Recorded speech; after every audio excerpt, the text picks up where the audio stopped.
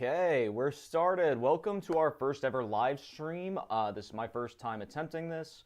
It's probably going to be a complete mess. Currently, we have no one watching, but I figured might as well get started. If this goes well, maybe we'll do it some more. Who knows? We'll see. I got no idea what to expect. So expect some issues, but let's just get started. Today, we're going to be doing a live reading of the audiobook for The Legend of Sleepy Hollow. It's one that I've been wanting to do. It's spooky season, so I figured it'd be very appropriate. I'm going to show you a little bit behind the scenes of kind of how this works. I've got my desktop here, so you can see how I'm doing things with Audacity, how I'm doing things with reading, and that will give you a decent idea of how we go from recording to actually a finished product. I'm hoping to get through the whole recording in one take without having to pause or switch batteries or anything. If we do, hopefully we'll switch out. If this goes well, we'll even show you how to edit it and some of the tricks that are done with that. But we'll see. I don't know. Let me know if you like this format or if you want us to do this more. It's not that hard to do.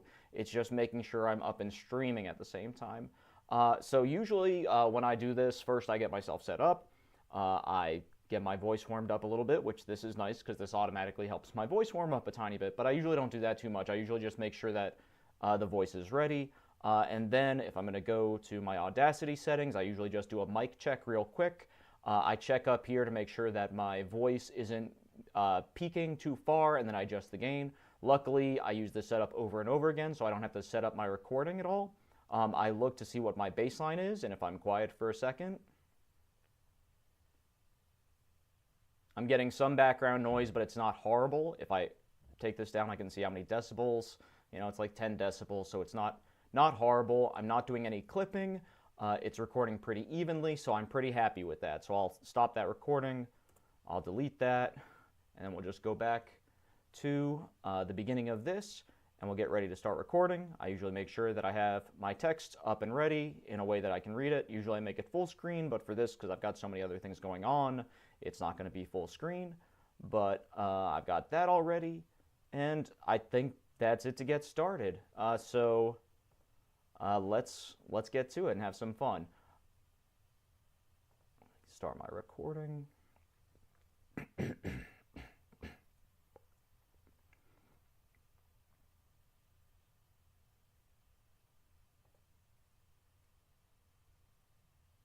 The Legend of Sleepy Hollow.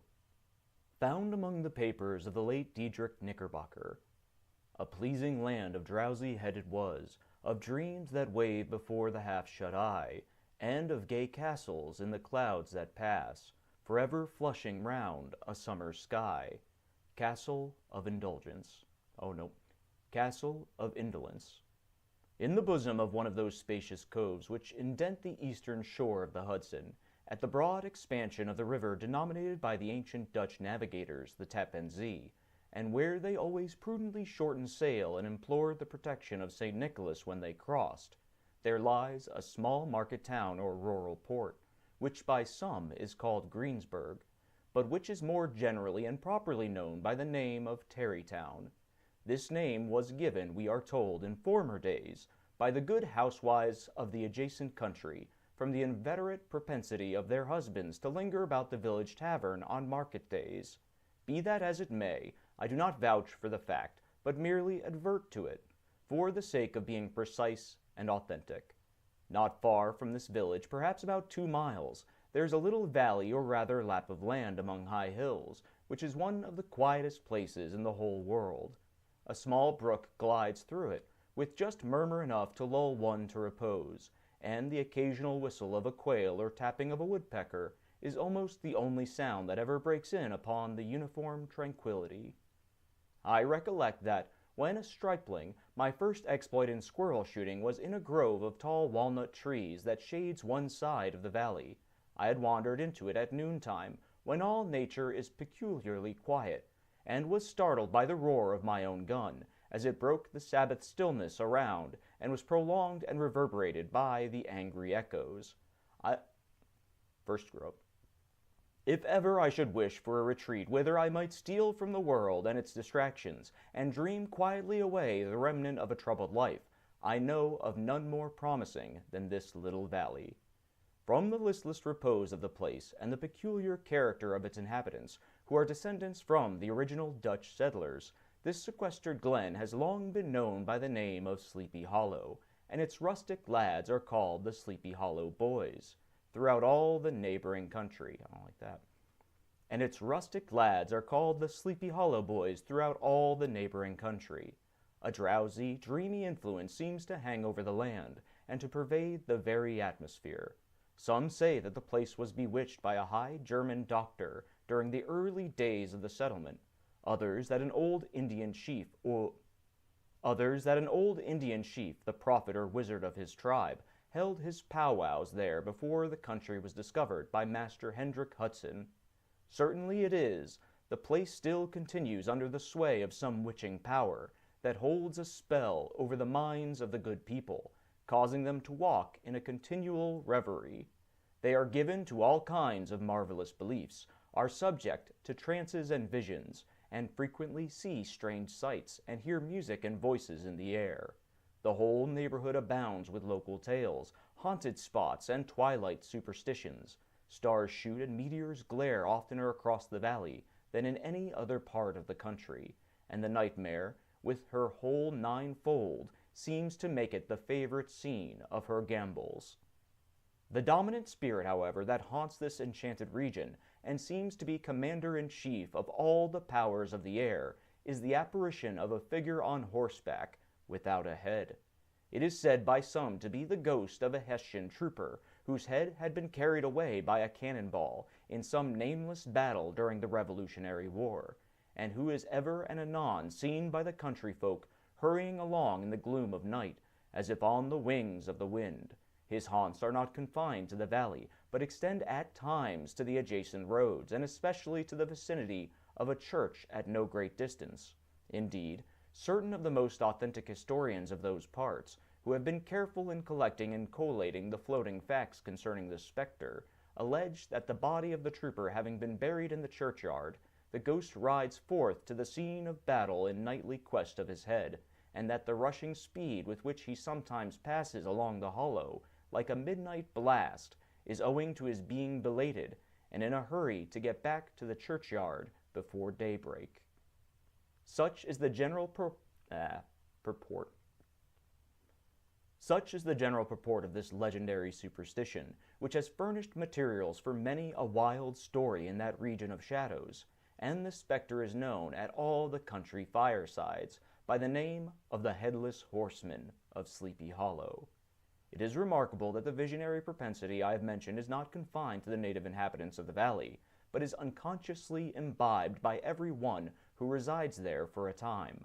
However wide awake they may have been before they entered that sleepy region, they are sure, in a little time, to inhale the witching influence of the air, and begin to grow imaginative, to dream dreams, and see apparitions. I mention this peaceful spot with all possible loud, for it is in such little retired Dutch valleys found here and there embosomed in the great state of New York, that population, manners, and customs remain fixed, while the great torrent of migration and improvement, which is making such incessant changes in other parts of this restless country, sweeps by them unobserved. They are like those little nooks of still water, which border a rapid stream, where we may see the straw and bubble riding quietly at anchor, or slowly revolving in their mimic harbor, undisturbed by the rush of the passing current. Though many years have elapsed since I trod the drowsy shades of Sleepy... No, that is the right word. Though many years have elapsed since I trod the drowsy shades of Sleepy Hollow, yet I question whether I should not still find the same trees and the same families vegetating in its sheltered bosom. In this by-place of nature there abode, in a remote period of American history, that is to say, some 30 years since, a worthy wight of the name of Ichabod Crane, who sojournered, or as he expressed it, tarried, in Sleepy Hollow, for the purpose of instructing the children of the vicinity. He was a native of Connecticut, a state which supplies the Union with pioneers for the mind as well as for the forest, and sends forth yearly its legions of frontier woodmen and country schoolmasters. The cognomen of Crane was not inapplicable to his person. He was tall, but exceedingly lank, with narrow shoulders, long arms and legs, hands that dangled a mile out of his sleeves, feet that might have served for shovels, and his whole frame most loosely hung together.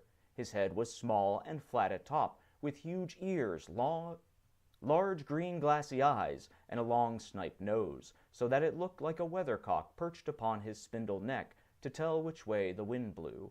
To see him striding along the profile of a hill on a windy day, with his clothes bagging and fluttering about him, one might have mistaken him for the genius of famine descending upon the earth, or some scarecrow eloped from a cornfield. His schoolhouse was a low building of one large room, rudely constructed of logs, the windows partly glazed and partly patched with leaves of old copybooks. It was most ingeniously secured at vacant hours by a withe twisted in the handle of the door, and stakes set against the window shutters, so that though a thief might get in with perfect ease, he would find some embarrassment in getting out, an idea most probably borrowed by the architect Jost van Houten from the mystery of an eel pot. The schoolhouse stood in a rather lonely but pleasant situation, just at the foot of a woody hill, with a brook running close by, and a formidable birch tree growing at one end of it. From hence the low murmur of his pupils' voices, conning over their lessons, might be heard in a drowsy summer's day, like the hum of a beehive, interrupted now and then by the authoritative voice of the master, in the tone of menace or command, or, peradventure, by the appalling sound of the birch, as he urged some tardy loiterer along the flowery path of knowledge. Truth to say, he was a conscientious man, and ever bore in mind the golden maxim, spare the rod and spoil the child. Ichabod Crane's scholars certainly were not spoiled. I would not have it imagined, however, that he was one of those cruel potentates of the school who joy in the smart of their subjects. On the contrary, he administered justice with discrimination rather than severity, taking the burden off the backs of the weak and laying it on those of the strong.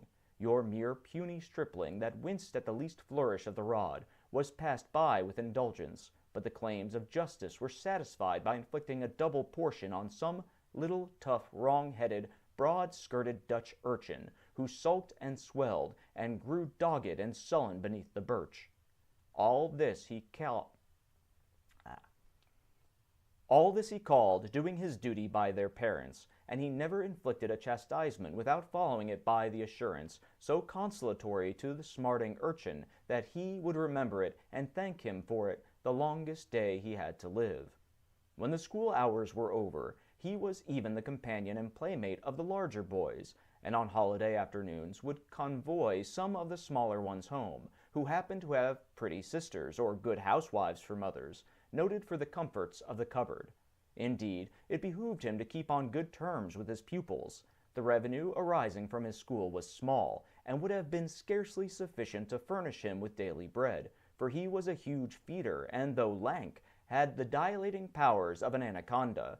But to help out his maintenance, he was, according to country custom in those parts, boarded and lodged at the houses of the farmers whose children he instructed.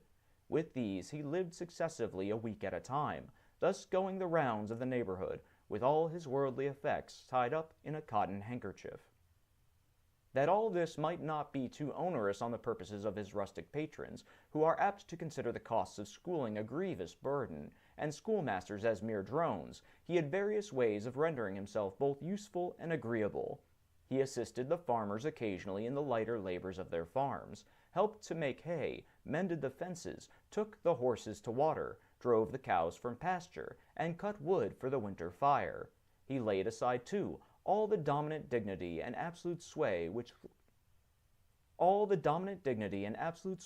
which he lorded it in his little empire, the school, and became wonderfully gentle and ingratiating. He found favor in the eyes of the mothers by petting the children, particularly the youngest, and like the lion bold with Whilom?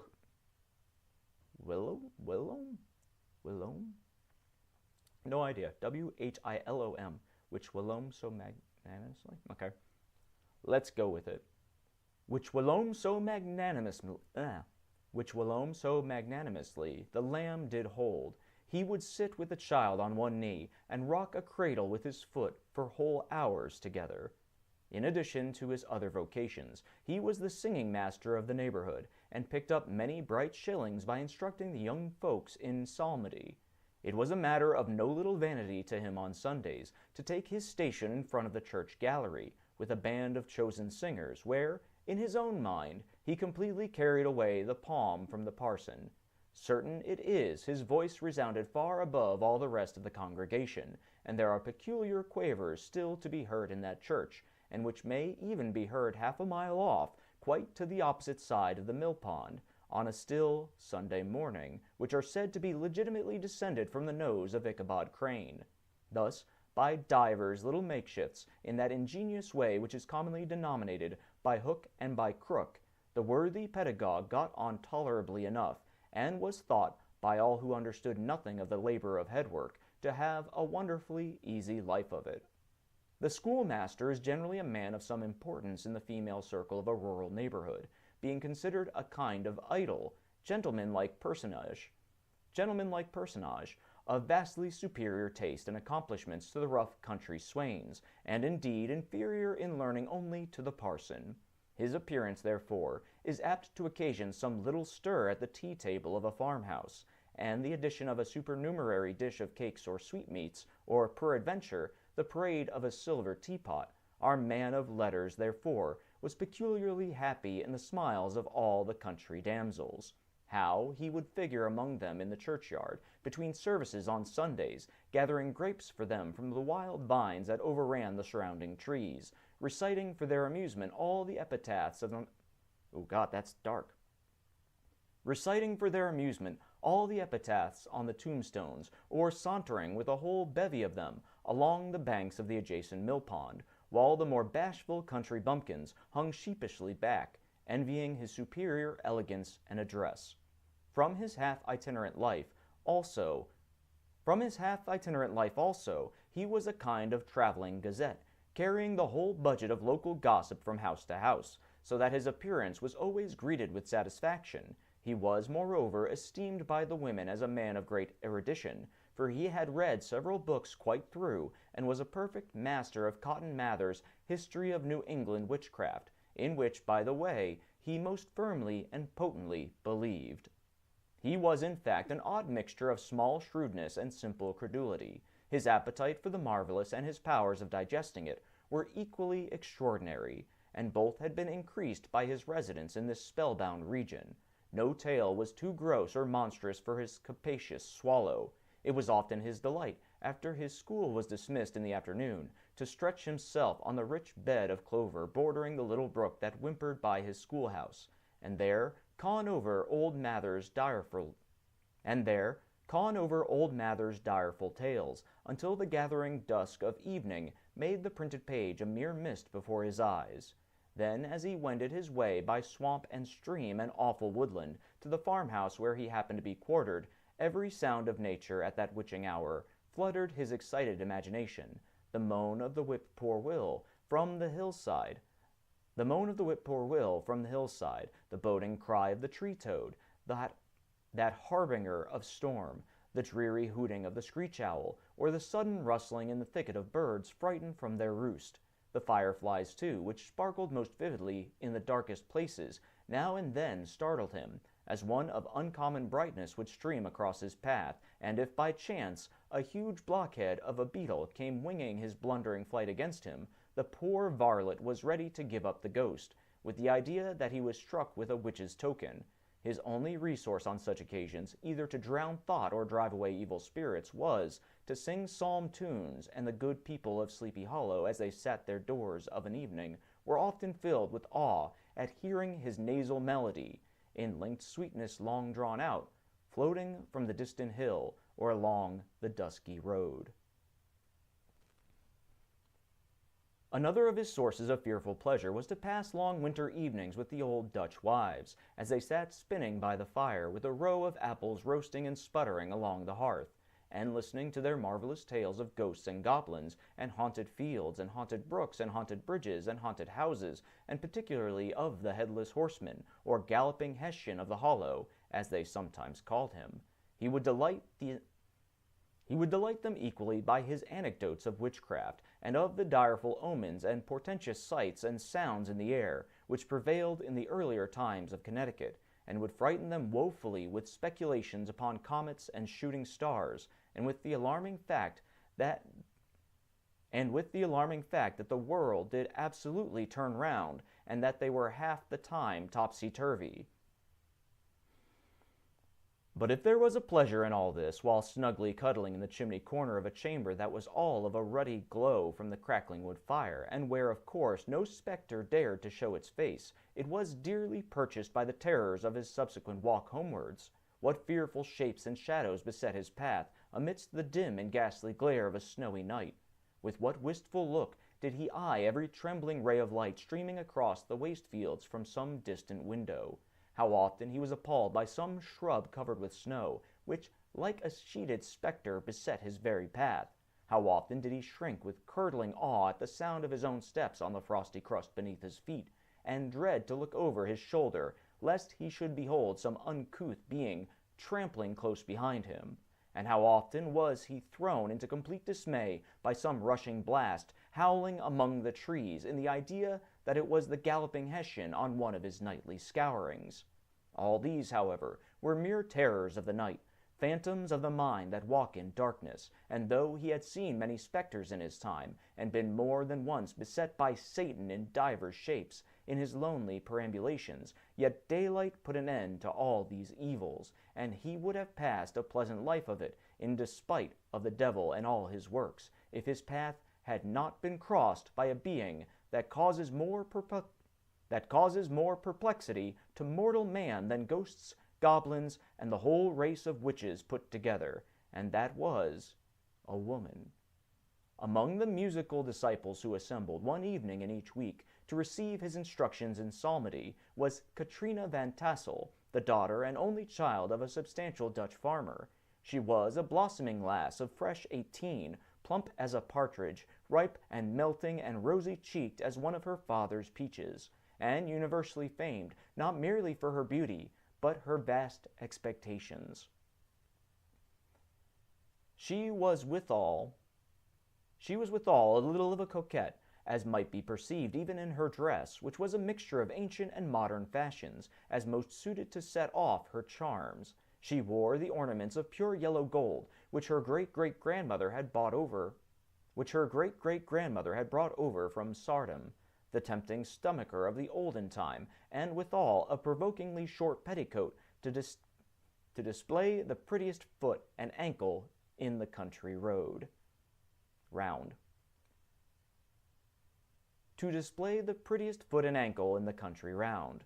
Ichabod Crane had a soft and foolish heart towards the sex, and it is not to be wondered at that so tempting a morsel soon found favor in his eyes, more especially after he had visited her in her paternal mansion. Old Baltus Van Tassel was a perfect picture of a thriving, contented, liberal-hearted farmer. He seldom, it is true, sent either his eyes or his thoughts beyond the boundaries of his own farm, but within those everything was snug, happy, and well-conditioned. He was satisfied with his wealth, but not proud of it, and piqued himself upon the hearty abundance, rather than the style in which he lived. His stronghold was situated on the banks of the Hudson, in one of those green, sheltered, fertile nooks in which the Dutch farmers are so fond of nestling. A great elm tree spread its broad branches over it, at the foot of which bubbled up a spring of the softest and sweetest water, in a little well-formed of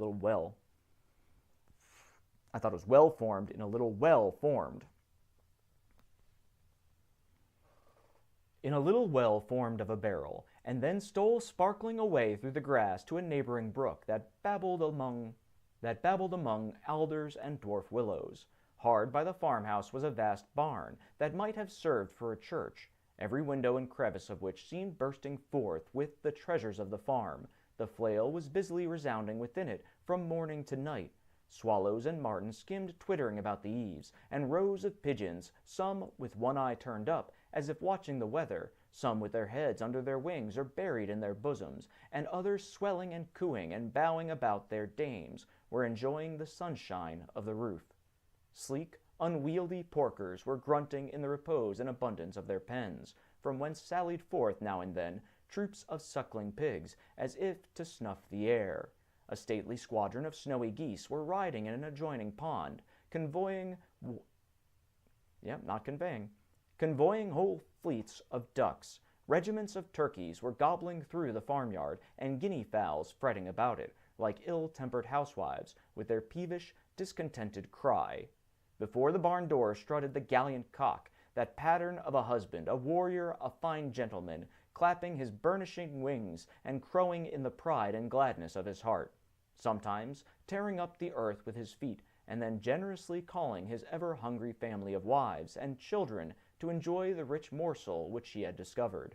The pedagogue's mouth watered as he looked upon this sumptuous promise of luxurious winter fare. In his devouring mind's eye, he pictured to himself every roasting pig running about with a pudding in his belly and an apple in his mouth. The pigeons were snugly put to bed in a comfortable pie, and tucked in with a coverlet of crust. The geese were swimming in their own gravy, and the ducks pairing cosily in dishes, like snug married couples, with a decent competency of onion sauce. In the porkers he saw carved out the future sleek side of bacon and juicy relishing ham, not a turkey, but he beheld daintily trussed up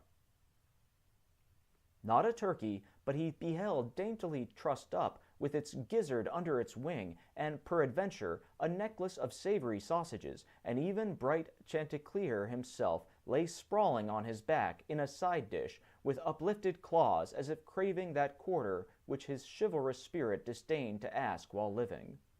As the enraptured Ichabod fancied all this, and as he rolled his great green eyes over the fat meadow lands, the rich fields of wheat, of rye, of buckwheat, and Indian corn, and the orchard burdened with ruddy fruit, which surrounded the warm tenement of Van Tassel, his heart yearned after the damsel who was to inherit these domains, and his imagination expanded with the idea how they might be readily turned into cash, and the money invested in immense tracts of wild land, and shingle palaces in the wilderness. Nay, his busy fancy already realized his hopes, and presented to him the blooming Katrina, with a whole family of children, mounted on the top of a wagon loaded with household trumpery, with pots and kettles dangling beneath, and he beheld himself bestriding a pacing mare, with a colt at her heels, setting out for Kentucky, Tennessee, or the Lord knows where. When he entered the house, the conquest of his heart was complete.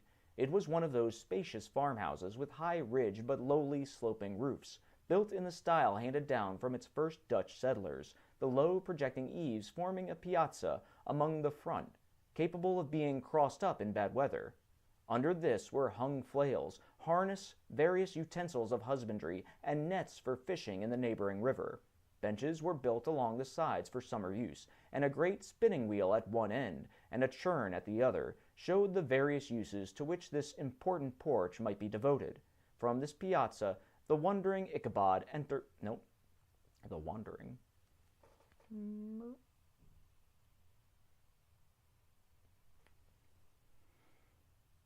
From this piazza, the wandering Ichabod entered the hall, which formed the center of the mansion, and the place of usual residence. Here rows of resplendent pewter, ranged on a long dresser, dazzled his eyes. In one corner stood a huge bag of wool, ready to be spun. In another, a quantity of linsey-woolsey, just from the loom.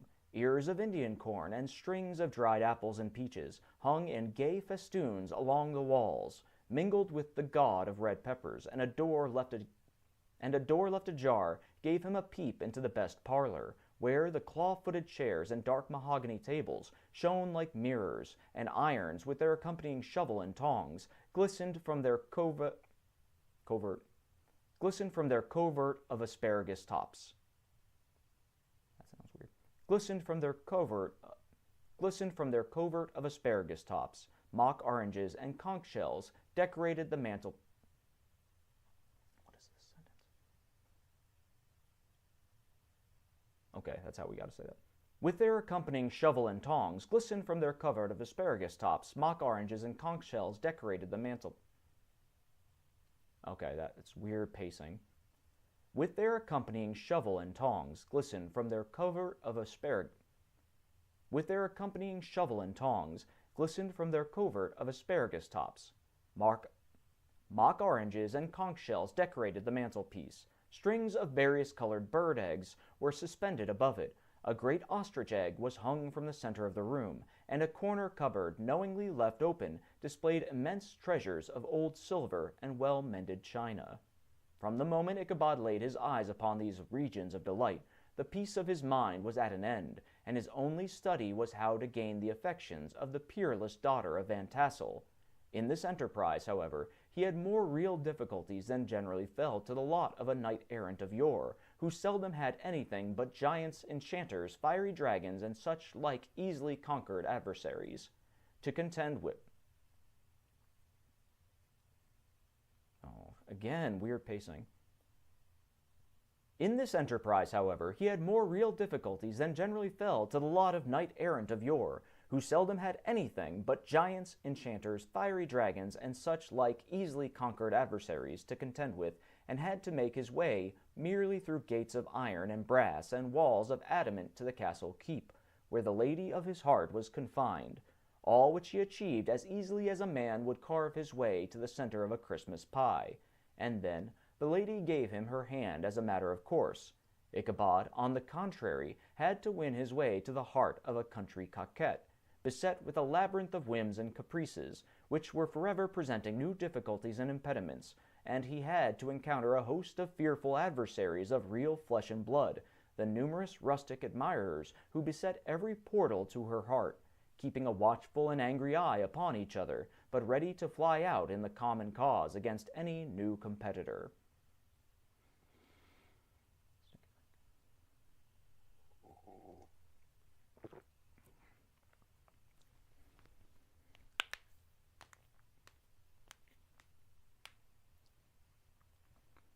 Among these, the most formidable was a burly, roaring, roistering blade of the name of Abraham, or according to the Dutch abbreviation, Brom van Brunt, the hero of the country round, which rang with his feats of strength and hardihood.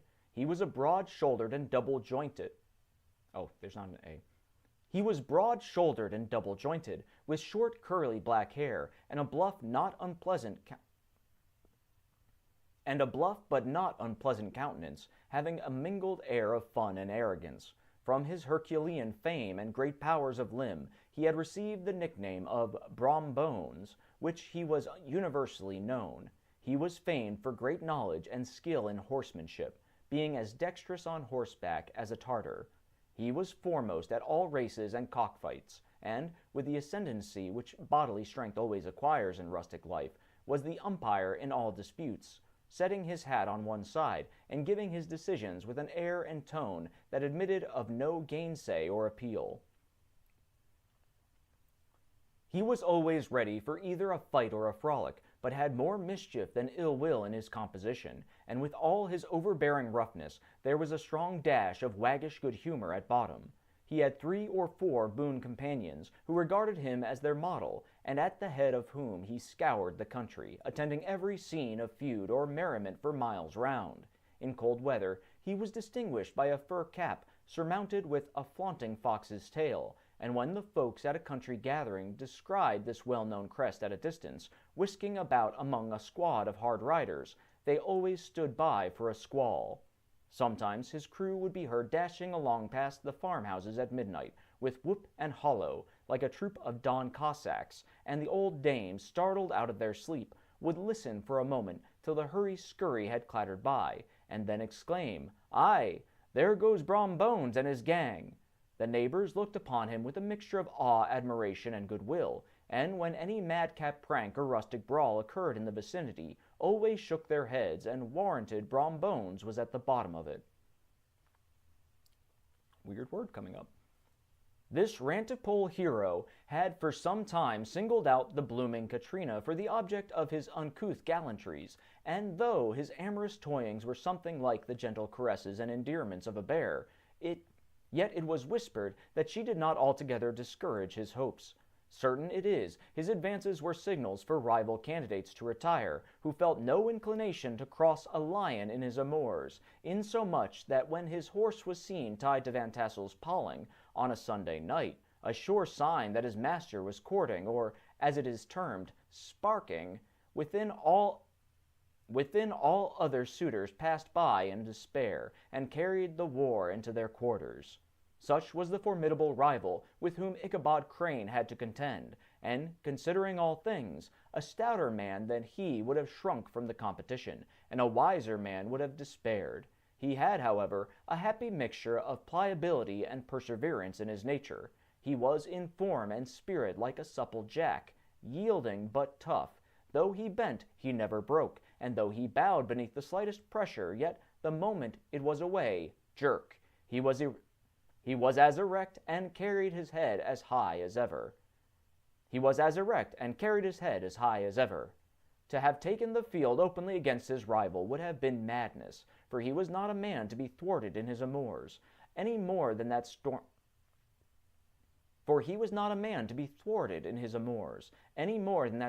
lover Achilles.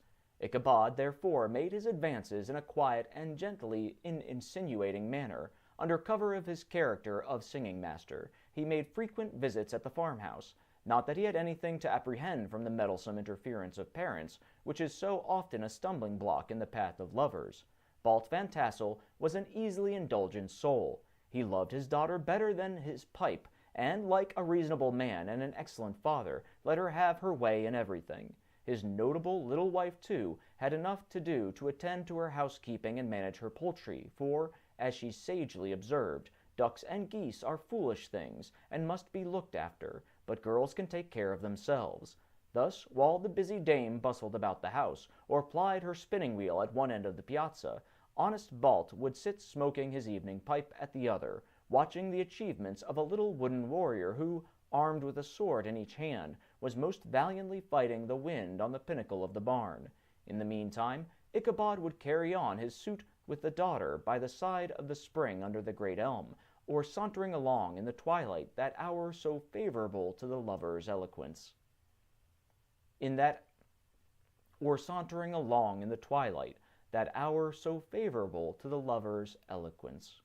I profess not to know how women's hearts are wooed and won.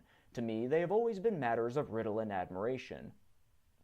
Some seem to have but one vulnerable point or door of access, while others have 1,000 avenues, and may be captured in 1,000 different ways.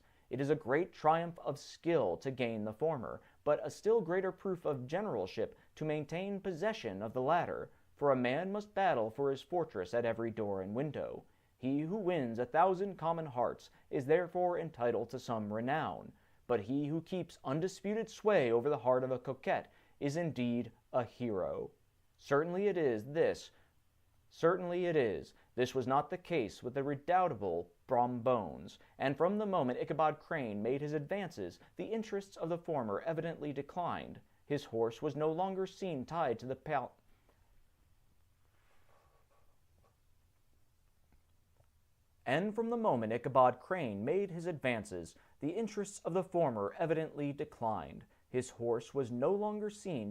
palings on Sunday nights, and a deadly feud gradually arose between him and the preceptor of Sleepy Hollow. Brom, who had a degree of rough chivalry in his nature, would fain have carried matters to open warfare, and have settled their pretensions to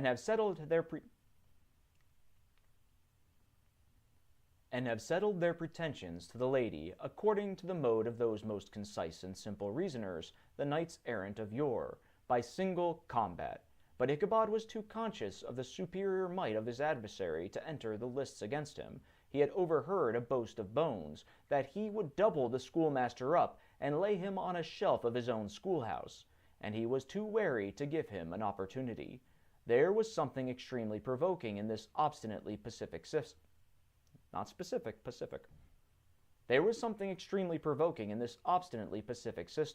It left Brom no alternative but to draw upon the funds of rustic waggery in this in his disposition, and to play off boorish practical jokes upon his rival. Ichabod became the object of whimsical persecution to Bones and his gang of rough riders. They harried his hitherto peaceful domains, smoked out his singing school by stopping up the chimney, broke into the schoolhouse at night, in spite of its formidable fastenings of withe and window stakes, and turned everything topsy-turvy, so that the poor schoolmaster began to think all the witches in the country beheld their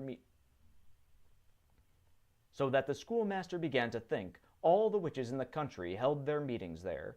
But what was still more annoying, Brom took all opportunities of turning him into ridicule in presence of his mistress, and had a scoundrel dog whom he taught to whine in the most ludicrous manner, and introduced as a rival of Ichabod's to instruct her in psalmody. In this way matters went on for some time, without producing any material effect on the relative situations of the contending powers. On a fine autumnal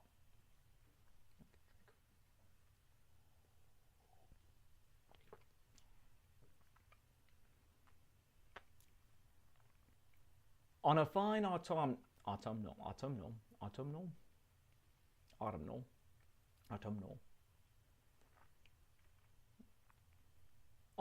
autumnal afternoon, Ichabod, in pensive mood, sat enthroned on the lofty stool from whence he usually watched all the concerns of his little literary realm.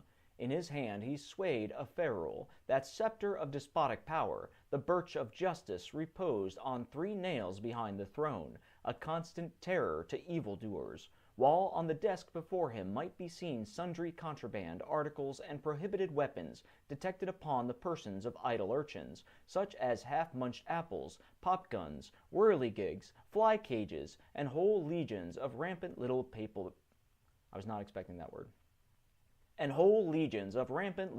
gamecocks.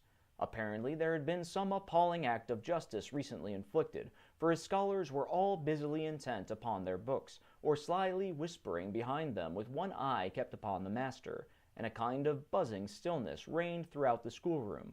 It was suddenly interrupted by the appearance of a negro in tow-cloth jacket and trousers. Gotta say that again, because I didn't say it right, as much as I hate doing it. It was suddenly interrupted by the appearance of a negro in tow-cloth jacket and trousers, a round-crowned fragment of a hat, like the cap of Mercury, and mounted on the back of a ragged, wild, half-broken colt, which he managed with a rope by way of halter. He came clattering up to the school door with an invitation to Ichabod to attend a merrymaking or quilting frolic to be held that evening at Mynheer Van Tassel's, and having delivered his message with that air of importance and effort at fine language which a negro is apt to... God, I should have read this before. And having delivered... God, I hate when this happens. And having delivered his message with that air of importance and effort at fine language which a negro is apt to display on petty You can see the pain in my face.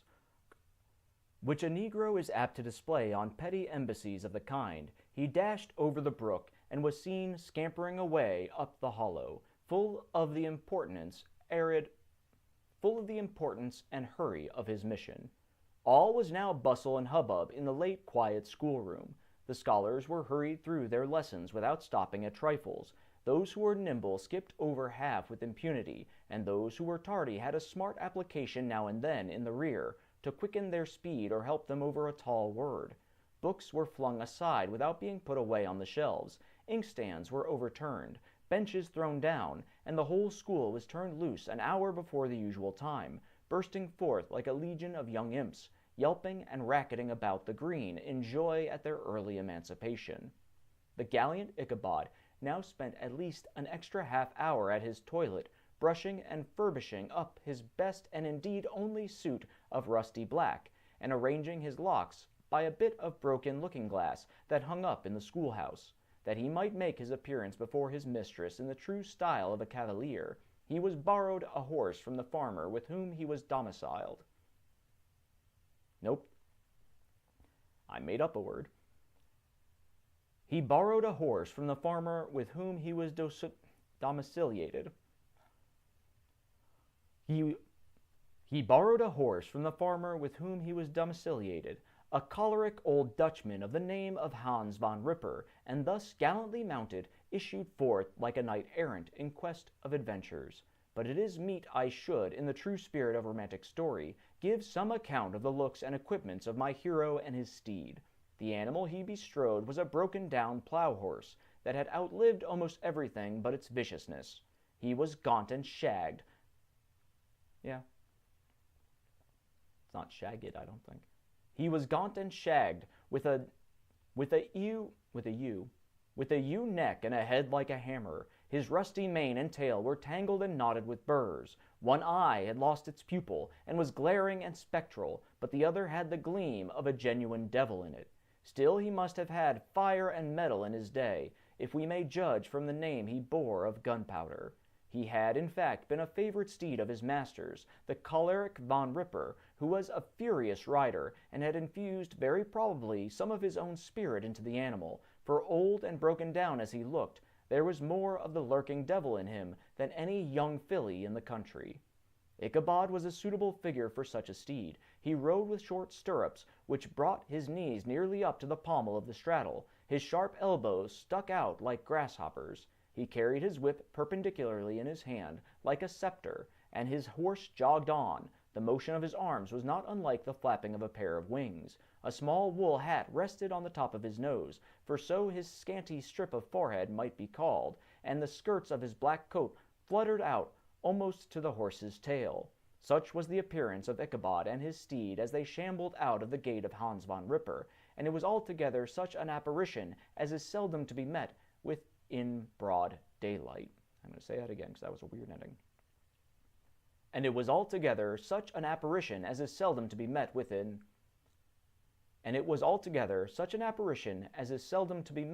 broad daylight.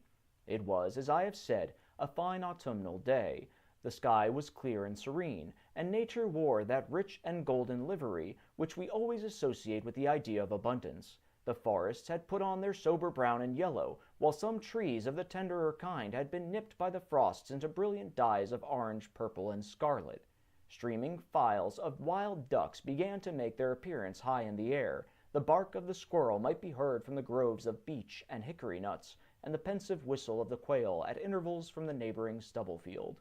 Small birds were taking their farewell banquets. In the fullness of their revelry they fluttered, chirping and frolicking from bush to bush and tree to tree, capricious from the very profusion and vanity around them. There was the honest cock-robin, the favorite game of stripling sportsmen, with its loud, querulous note, and the twittering blackbirds flying in sable clouds, and the golden-winged woodpecker with his crimson crest, his broad black gorget, and splendid plumage, and the cedar bird with its red-tipped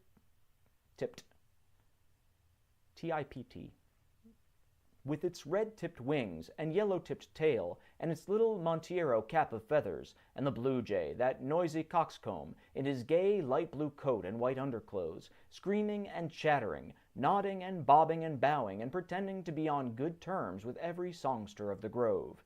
As Ichabod jogged slowly on his way, his eyes ever open to every symptom of culinary abundance, ranged with delight over the treasures of jolly autumn. Ranged with delight over the treasures of jolly autumn. On all sides he beheld vast stores of apples, some hanging in oppressive opulence on the trees, some gathered into baskets and barrels for the market, others heaped up in rich piles for the cider press. Further on, he beheld great fields of Indian corn, with its golden ears peeping from their leafy coverts, and holding out the promise of cakes and hasty pudding, and the yellow pumpkins lying beneath them, turning up their fair round bellies to the sun, and giving ample prospects of the most luxurious of pies. And anon he passed the fragrant buckwheat fields, breathing the odor of the beehive, and as he beheld them, soft anticipations stole over his mind of dainty slapjacks, well buttered and garnished with honey or treacle by the delicate little dimpled hand of Katrina Van Tassel. Thus, feeding his mind with many sweet thoughts and sugared suppositions, he journeyed along the sides of a range of hills which looked out upon some of the goodliest scenes of the mighty Hudson. The sun gradually wheeled his broad disk down in the west. The wide bosom of the Tappan Zee lay motionless and glassy, excepting that here and there a gentle undulation waved and pronged the blue shadow of the distant mountain. A few amber clouds floated in the sky, without a breath of air to move them. The horizon was of fine golden tint, changing gradually into a pure apple green, and from that into deep blue of the mid-heaven. A slanting ray lingered on the woody crests of the precipices that overhung some parts of the river, giving greater depth to the dark gray and purple of their rocky sides. A sloop was loitering in the distance, dropping slowly down with the tide, her sail hanging uselessly against the mast, and as the reflection of the sky gleamed along the still water, it seemed as if the vessel was suspended in the air. It was toward evening that Ichabod arrived at the castle of Heer Van Tassel, which he found thronged with the pride and flower of the adjacent country. Old farmers, a spare leathern-faced race, in homespun coats and breeches, blue stockings, huge shoes, and magnificent pewter buckles, their brisk, withered little dames, in close-crimped caps, long-waisted short gowns, homespun petticoats, with scissors and pincushions, and gay calico pockets hanging on the outside. Buxom lasses, almost as antiquated as their mothers, excepting where a straw hat, a fine ribbon, or perhaps a white frock gave symptoms of city innovation. The sons in short, square-skirted coats, with rows of stupendous brass buttons, and their hair generally queued in the fashion of the times, especially if they could procure an eel-skin for the purpose, it being esteemed throughout the country as a potent nourisher and strengthener of the hair. Brombones, however, was the hero of the scene, having come to the gathering on his favorite steed, Daredevil, a creature like himself, full of mettle and mischief, and which no one but himself could manage. He was, in fact, noted for preferring vicious animals, given to all kinds of tricks which kept the rider in constant risk of his neck, for he held a tractable, well-broken horse as unworthy of a lad of spirit. Fain would I pause to dwell upon the world of charms that burst upon the enraptured gaze of my hero as he entered the state parlor of Van Tassel's mansion, not those of the bevy of buxom lasses with their luxurious display of red and white, but the ample charms of a genuine Dutch country tea-table in the sumptuous time of autumn. Such heaped-up platters of cakes of various and almost indescribable kinds, known only to experienced Dutch housewives. There was the doughty doughnut, the tender oily coke, and the crisp and crumbling cruller, sweet cakes and short cakes, ginger cakes and honey cakes, and the whole family of cakes. And then there were apple pies and peach pies and pumpkin pies, besides slices of ham and smoked beef, and moreover delectable dishes of preserved plums and peaches and pears and quinces, not to mention broiled shad and roasted chickens, together with bowls of milk and cream, all mingled higgledy-piggledy, pretty much as I have enumerated them, with the motherly teapot sending up its clouds of vapor from the midst. Heaven bless the mark! I want breath and time to discuss this banquet as it deserves, and am too eager to get on with my story. Happily, Ichabod Crane was not in so great a hurry as his historian, but did ample justice to every dainty. He was a kind and thankful creature, whose heart dilated in proportion as his skin was filled with good cheer, and whose spirits rose with eating, as some men's do with drink. He could not help, too, rolling his large eyes round him as he ate, and chuckling with the possibility that he might one day be lord of all this scene of almost unimaginable luxury and splendor. Then he thought how soon he'd turn his back upon the old schoolhouse, snap his fingers in the face of Hans van Ripper, and every other... I say this because for historical things, I want to preserve historical things. If this was not historical, I would not say this. Snap his fingers in the face of Hans van Ripper and every other niggardly patron, and kick any itinerant pedagogue out of the doors that should dare to call him comrade. Old Baltus van Tassel moved about among his guests with a face dilated with content and good humor, round and jolly as the harvest moon. His hospitable attentions were brief but expressive, being confined to a shake of the hand, a slap of the shoulder, a loud laugh, and a pressing invitation to fall to and help themselves. And now, the sound of the music from the common room or hall summoned to the dance. The musician was an old gray-headed Negro who had been the itinerant orchestra of the neighboring for more than half a century. His instrument was as old and battered as himself. The greater part of the time he scraped on 2 or 3 strings, accompanying every movement of the bow with a motion of the head, bowing almost to the ground, and stamping with his foot whenever a fresh couple were to start. Ichabod prided himself upon his dancing as much as upon his vocal powers. Not a limb, not a fiber about him was idle. As to have seen his loosely flung frame in full motion and clattering about the room, you would have thought St. Vitus himself, that blessed patron of the dance, was figuring before you in person. He was the admiration of all the Negroes, who, having gathered of all ages and sizes from the farm and the neighborhood, stood forming a pyramid of shining black faces at every door and window, gazing with delight at the scene, rolling their white eyeballs, and showing grinning rows of ivory from ear to ear. How could the flogger of urchins be otherwise than animated and joyous? The lady... God. Oh, not regretting this at all. The lady of his heart was his partner in the dance, and smiling graciously in reply to all his amorous oglings, while Brom Bones, sorely smitten with love and jealousy, sat brooding by himself in one corner. When the dance was at an end, Ichabod was attracted to a knot of the sager folks, who, with old Van Tassel, sat smoking at one end of the piazza, gossiping over former times, and drawing out long stories about the war. Oh God, we're almost an hour in.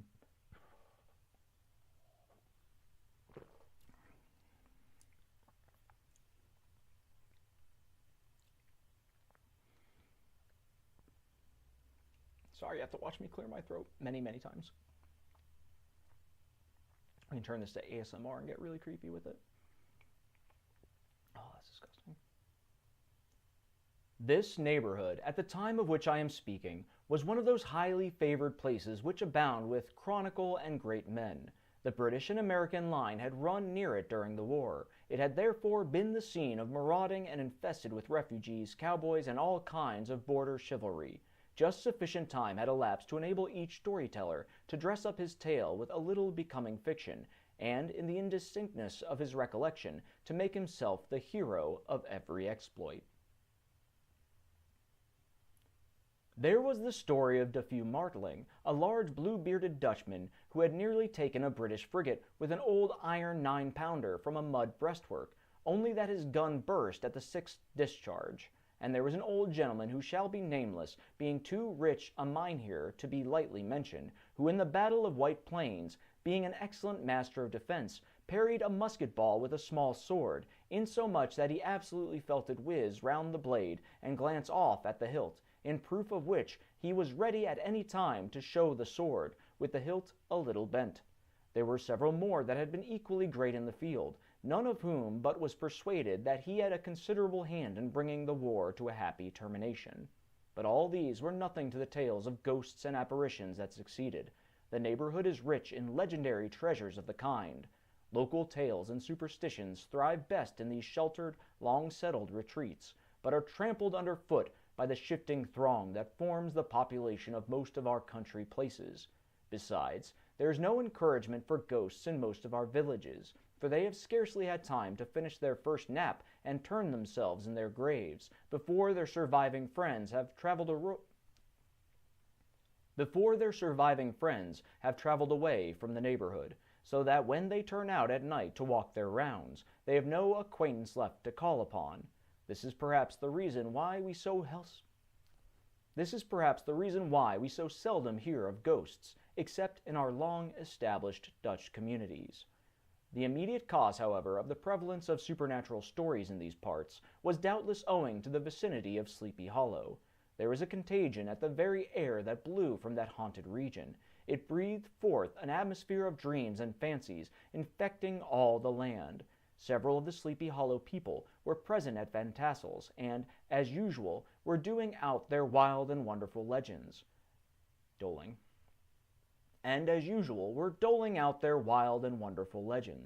many dismal tales were told about funeral trains, and mourning cries and wailings heard and seen about the great tree where the unfortunate Major Andre was taken, and which stood in the neighborhood.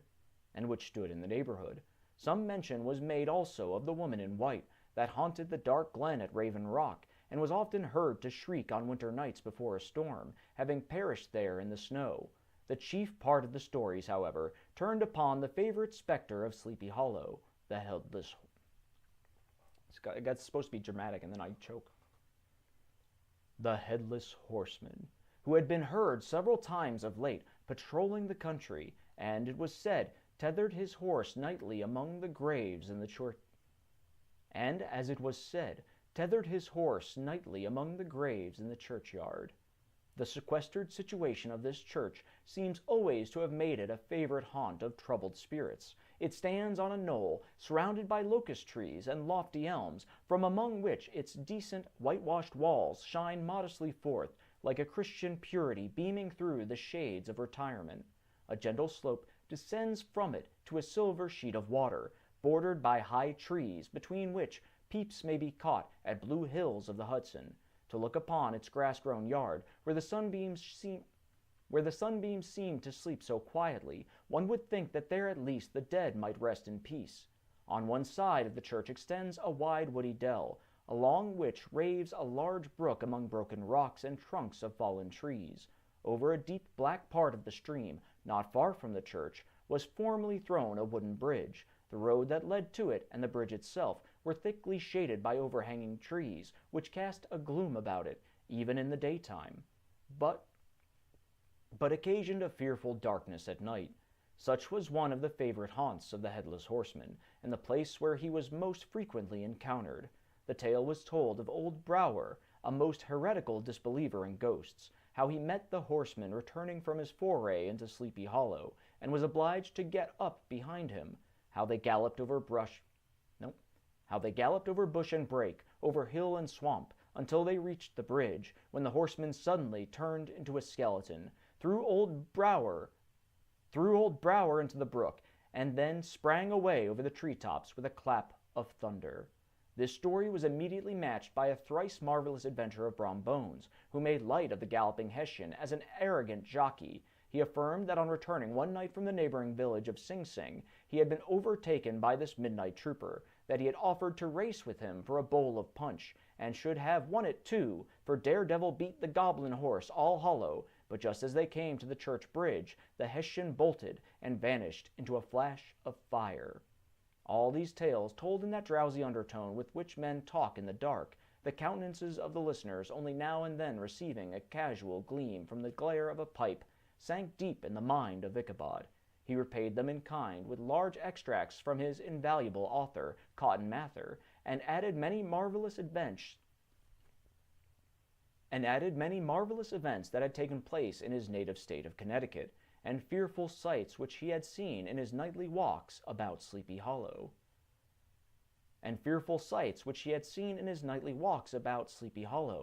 The revel now gradually broke up. The old farmers gathered together their families in their wagons, and were heard for some time rattling along the hollow roads and over the distant hills. Some of the damsels mounted on pillions behind their favorite swains, and their light-hearted laughter, mingling with the clatter of hoofs, echoed along the silent woodlands, sounding fainter and fainter until they gradually died away, and the late scene of noise and frolic was all silent and deserted. Ichabod only lingered behind, according to the custom of country lovers, to have a tete-a-tete with the heiress, fully convinced that he was now on the high road to success. What passed at this interview I will not pretend to say, for in fact I do not know. Something, however, I fear me, must have gone wrong, for he certainly sallied forth, after no very great interval, with an air quite desolate and chapfallen. Oh, these women! Could that girl have been playing off any of her coquettish tricks? Was her encouragement of the poor pedagogue all a mere sham to secure her conquest of his rival? Heaven only knows, not I. Let it suffice to say, Ichabod stole forth with the air of one who had been sacking a hen roost, rather than a fair lady's heart. rather than a fair lady's heart. Without looking to the right or left to notice the scene of rural wealth, on which he so often gloated, he went straight to the stable, and with several hearty cuffs and kicks roused his steed most uncourteously from the comfortable quarters in which he was soundly sleeping, dreaming of mountains of corn and oats, and whole valleys of timothy and clover. It was the very witching time of night that Ichabod, heavy-hearted and crestfallen, pursued his travels homewards, along the sides of the lofty hills which rise above Tarrytown, and which he had traversed so cheerily in the afternoon. The hour was as dismal as himself. Far below him the Tappan Zee spread its dusky and indistant waste of waters, with here and there the tall mast of a sloop riding quietly at anchor under the land. In the dead hush of midnight he could even hear the barking of the watchdog from the opposite shore of the Hudson, but it was so vague and faint as only to give an idea of his distance from this faithful companion of man. Now and then, too, the long-drawn crowing of a cock, accidentally awakened, would sound far, far off, from some farmhouse away among the hills, but it was like a dreaming sound in his ear. No signs of life occurred near him, but occasionally the melancholy chirp of a cricket, or perhaps the guttural twang of a bullfrog from a neighboring marsh, as if sleeping uncomfortably and turning suddenly in his bed. All the stories of ghosts and goblins that he had heard in the afternoon now came crowding upon his recollection. The night grew darker and darker. The stars seemed to sink deeper in the sky, and driving clouds occasionally hid them from his sight. He had never felt so lonely and dismal. He was, moreover, approaching the very place where many of the scenes of the ghost stories had been laid. In the center of the road stood an enormous tulip tree, which towered like a giant above all the other trees of the neighborhood, and formed a kind of landmark. Its limbs were gnarled and fantastic, large enough to form trunks of ordinary trees, twisting down almost to the earth, and rising again into the air. It was connected with the tragical story of the unfortunate Andre, who had been taken prisoner hard by, and was universally known by the name of Major Andre's tree. The common people regarded it with a mixture of respect and superstition, partly out of sympathy for the fate of its ill-starred namesake, and partly from the tales of strange sights and doleful lamentations told concerning it.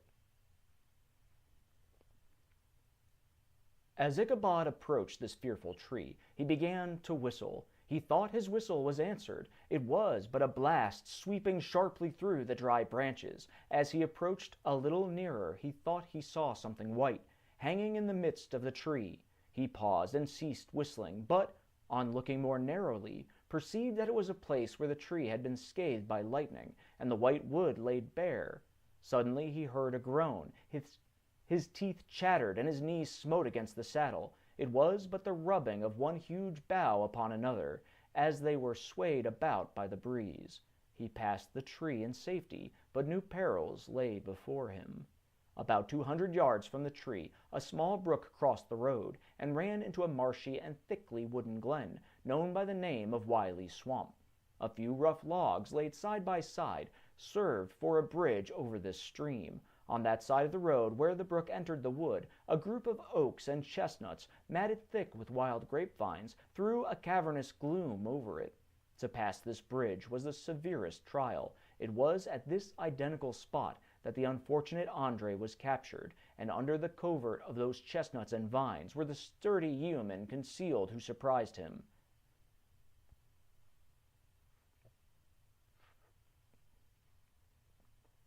This has ever since been considered a haunted stream, and fearful are the feelings of the schoolboy who has to pass it alone after dark. As he approached the stream, his heart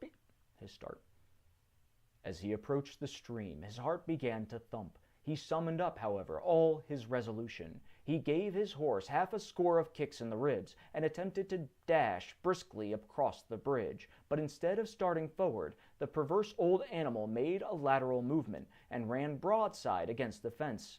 Ichabod, whose fears increased with the delay, jerked the reins on the other side, and kicked lustily with the contrary foot. It was all in vain. His steed started, it is true, but it was only to plunge to the opposite side of the road into a thicket of brambles and alder bushes. The schoolmaster now bestowed both whip and heel upon the starveling ribs of old Gunpowder, who dashed forward, snuffling and snorting, but came to a stand just by the bridge, with a suddenness that had nearly sent his rider sprawling over his head. Just at this moment, a plarshy tramp by the side of the bridge caught the sensitive ear of Ichabod. In the dark shadow of the grove, on the margin of the brook, he beheld something huge, misshapen and towering. It stirred not, but seemed gathered up in the gloom, like some gigantic monster, ready to spring upon the traveler. The hair of the affrighted pedagogue rose upon his head with terror. What was to be done? To turn and fly was now too late, and besides, what chance was there of escaping ghost or goblin, if such it was, which could ride upon the wings of the wind? Summoning up, therefore, a show of courage, he demanded in stammering accents, "Who are you?" He received no reply. He repeated his demand in a still more agitated voice. Still there was no answer. Once more he cudgeled the sides of the inflexible Gunpowder, and shutting his eyes, broke forth with involuntary fervor into a psalm tune. Just then the shadowy object of alarm put itself in motion, and with a scramble and a bound stood at once in the middle of the road. Though the night was dark and dismal, yet the form of the unknown might now in some degree be ascertained. He appeared to be a horseman of large dimensions, and mounted on a black horse of powerful frame. He made no offer of molestation or sociability, but kept aloof on one side of the road, jogging along on the blind side of old Gunpowder, who had now got over his fright and waywardness. Ichabod, who had no relish for this strange midnight companion, and bethought himself of the adventure of Brom Bones with the galloping Hessian, now quickened his steed in hopes of leaving him behind. The stranger, however, quickened his horse to an equal pace. Ichabod pulled up and fell into a walk, thinking to lag behind. The other did the same. His heart began to sink within him. He endeavored to resume his psalm tune, but his parched tongue clove to the roof of his mouth, and he could not utter a stave. There was something in the moody and dogged silence of his pertinacious companion that was mysterious and appalling. It was soon fearfully accounted for. On mounting a rising ground which brought the figure of his fellow traveler in relief against the sky, gigantic in height and muffled in a cloak, Ichabod was horror-struck on perceiving that he was headless. But his horror was still more increased on observing that the head, which should have rested on his shoulders, was carried before him on the pommel of his saddle. His terror rose to desperation. He rained a shower of kicks and blows upon Gunpowder, hoping by a sudden movement to give his companion the slip, but the spectre started full jump with him. Away then they dashed through thick and thin, stones flying and sparks flashing at every bound. Ichabod's flimsy garments fluttered in the air as he stretched his long, lank body away over his horse's head in the eagerness of his flight. They had now reached the road which turns off to Sleepy Hollow, but Gunpowder, who seemed possessed with a demon, instead of keeping up it, made an opposite turn, and plunged headlong downhill to the left. This road leads through a sandy hollow shaded by trees for a quarter of a mile, where it crosses the bridge famous in goblin story, and just beyond swells the green knoll on which stands the whitewashed church.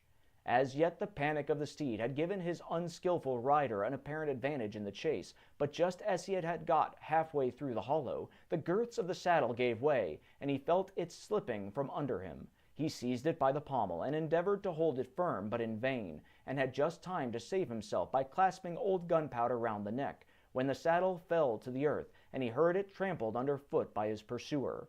For a moment the terror of Hans Van Ripper's wrath passed across his mind, for it was his Sunday saddle. But this was no time for petty fears. The goblin was hard on his haunches, and, unskilful rider that he was, he had much ado to maintain his seat, sometimes slipping on one side, sometimes on another, and sometimes jolted on the high ridge of his horse's backbone with a violence that he verily feared would cleave him asunder. An opening in the trees now cheered him with the hopes that the church bridge was at hand. The wavering reflection of a silver star in the bosom of the brook told him that he was not mistaken. He saw the walls of the church dimly glaring under the trees beyond. He recollected the place where Brom Bones's ghostly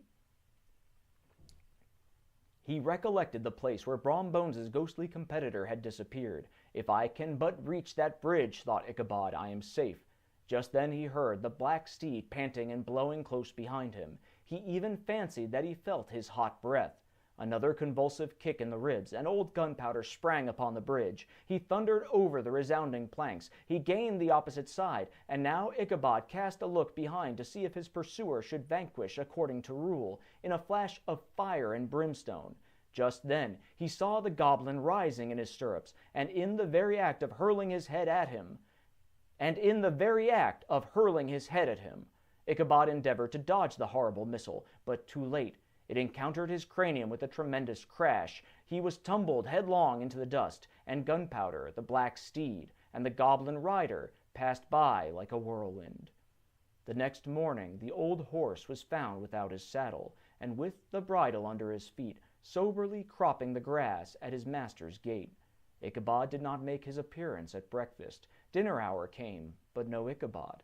The boys assembled at the schoolhouse and strolled idly about the banks of the brook, but no schoolmaster. Hans Van Ripper now began to feel some uneasiness about the fate of poor Ichabod and his saddle.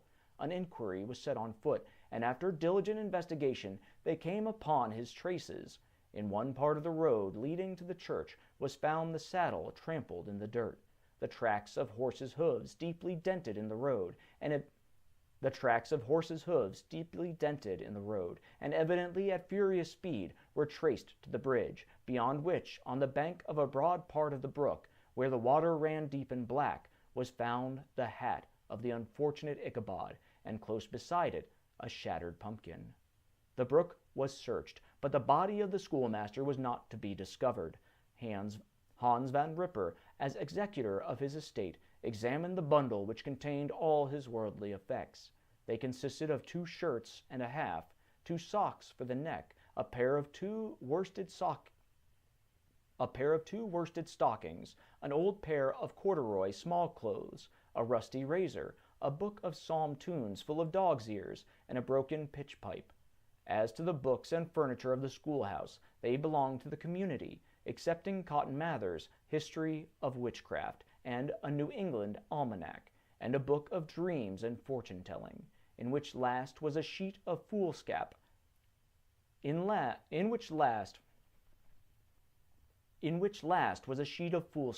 much scribbled and blotted in several fruitless attempts to make a copy of verses in honor of Eris von Tassel. These magic books and the poetic scrawl were forthwith consigned to the flames by Hans Van Ripper, who, from that time forward, determined to send his children no more to school, observing that he never knew any good come of this same reading and writing. Whatever money the schoolmaster possessed, and he had received his quarter's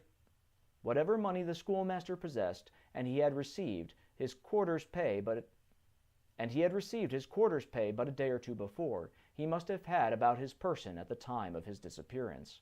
The mysterious event caused much speculation at the church on the following Sunday. Knots of gazers and gossips were collected in the churchyard, at the bridge, and at the spot where the hat and pumpkin had been found. The stories of Brower,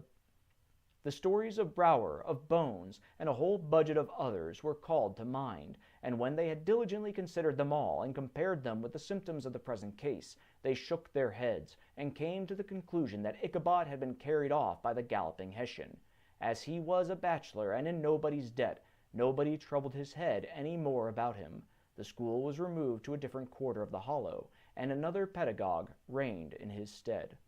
It is true, an old farmer, who had been down to New York on a visit several years after, and from whom this account of the ghostly adventure was received, brought home the intelligence that Ichabod Crane was still alive, and that he had left the neighborhood partly through fear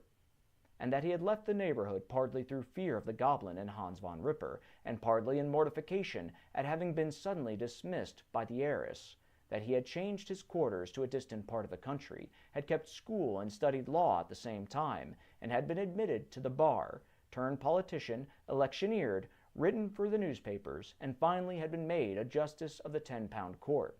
Brom Bones, too, who shortly after his rival's disappearance conducted the blooming Katrina in triumph to the altar, was observed to look exceedingly knowing whether the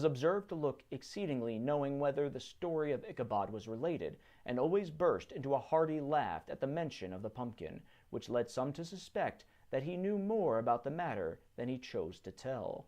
The old country wives, however, who are the best judges of these matters, maintain to this day that Ichabod was spirited away by supernatural means, and it is a favorite story often told about the neighborhood round the winter evening fire.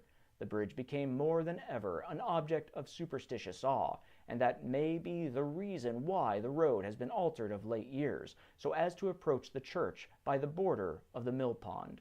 The schoolhouse, being deserted, soon fell to decay, and was reported to be haunted by the ghost of the unfortunate pedagogue and the ploughboy, loitering homeward of a still summer evening.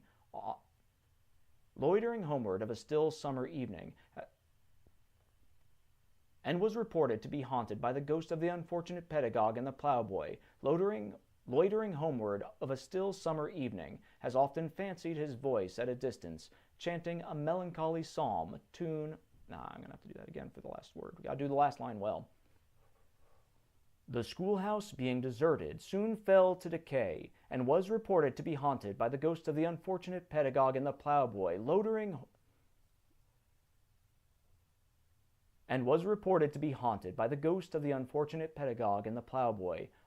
homeward of a still summer evening, has often fancied his voice at a distance.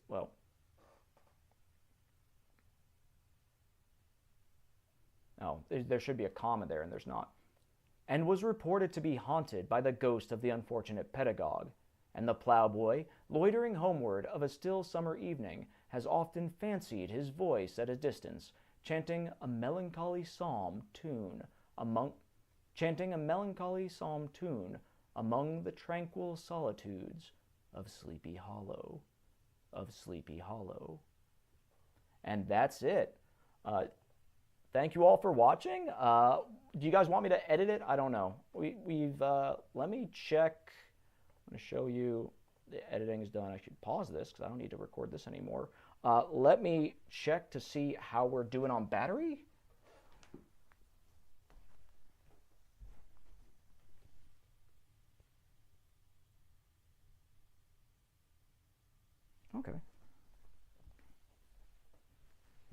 Okay.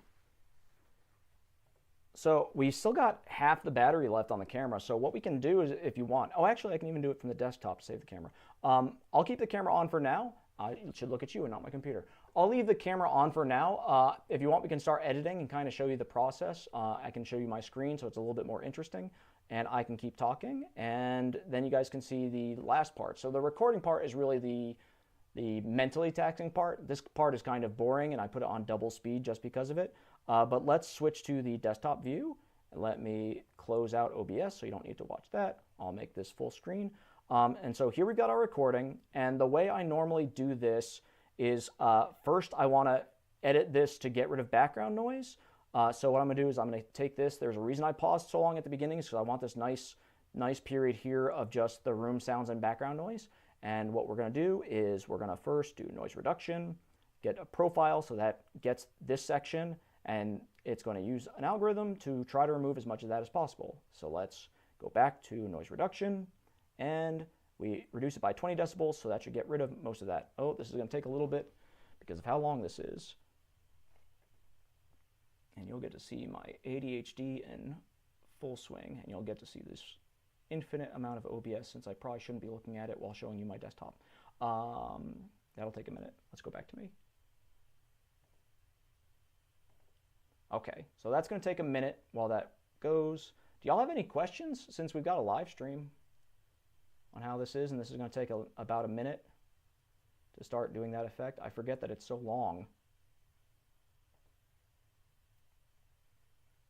It's going to take forever to render.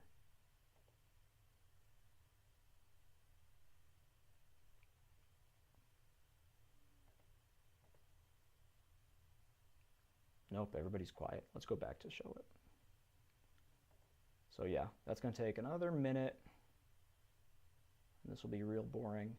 I really need to screen these in the future so I know if they're appropriate or not. I thought this one was going to be fairly appropriate, but then we get surprised by a couple of words. But it's okay. We'll just say we're preserving history. Okay. The reason I do this beforehand is you could edit it first and then try and do it afterwards. One, I like to listen to the audio when it's already finished, because then I'll know, like, I don't want to edit it afterwards and then have something sound different when I'm done, so I'd rather be listening to it with the actual sound that's going to come out. And also, like, if I make cuts in this, I don't want to accidentally make a cut and then not apply the effects to the entire timeline, because you have to highlight all the clips, and if I make a cut and don't join them later, it'll be a problem. Okay, what I'm doing now, I'm searching for breathing segments, so like this. That's me breathing in. This isn't that bad. There's a couple of them. Yeah, there's another one. So there's a couple of ways of fixing those, and you see we got a few, but not a lot. And actually, they're not as bad as they are sometimes. You can manually go in and remove these, but that takes a lot of time.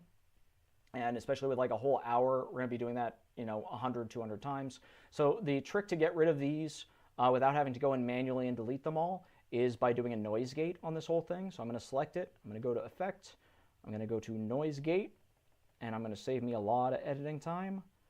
Noise Gate, and I'm going to decrease it. I've been decreasing it by 31 decibels before, but these actually don't look as bad as normal. Normally I keep the mic closer to my mouth so the breathing sounds get higher, but luckily today I kept the mic further away from me, so the breathing sounds aren't nearly as bad. I'm going to look at this again and see where the highest ones are. So I'm going to bring them to this side. So they're about 10-ish decibels, maybe a little bit more. Let's see if we can find a big one. And what I'm going to do is I'm just going to use the noise gate to get rid of noises that are below that amount. And that should, there's a big one. So that should be breathing sounds. Because you can see this is normal talk, normal talk, normal talk. And then you'll see like these gasps at the end. And after you watch enough audio, you start seeing them automatically. You start going like, yep, that's probably a breathing sound instead of an ending sound. Sometimes it's like a K sound or something like that, but usually those are sharper. So like, where's the big one that we passed? There's a big one. Let's check to make sure. Still water.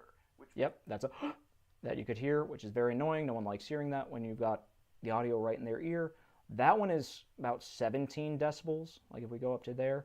So what I'm going to do is instead of doing 30 decibels, which is going to be really high and might even clip some of this, actually let's look at this. See, that looks like maybe it could be a big one, but that looks way too big. Nope, that's just me going to C. So I'm going to do this at maybe 20-ish decibels. So let me show you what the noise gate will do to this to make this sound a lot better and save me a whole lot of editing time. I do noise gate. I'm going to move this from 31 to just 20 decibels. So that's going to, anything that is 20 decibels or less, it's just going to bring that down. So that should get rid of all the breathing sounds, but hopefully not get rid of all the me speaking sounds. When you're practicing doing this, like if anybody wants to do voiceovers or things like that, you need to practice trying to muffling your breathing sounds as much as possible, which sometimes it works really well. If you can get a good if you can get a good mic setup, you can try to get the distances right. Ooh, what? No, that's not right. Remain fixed. Yep, that's not right. What did we screw up?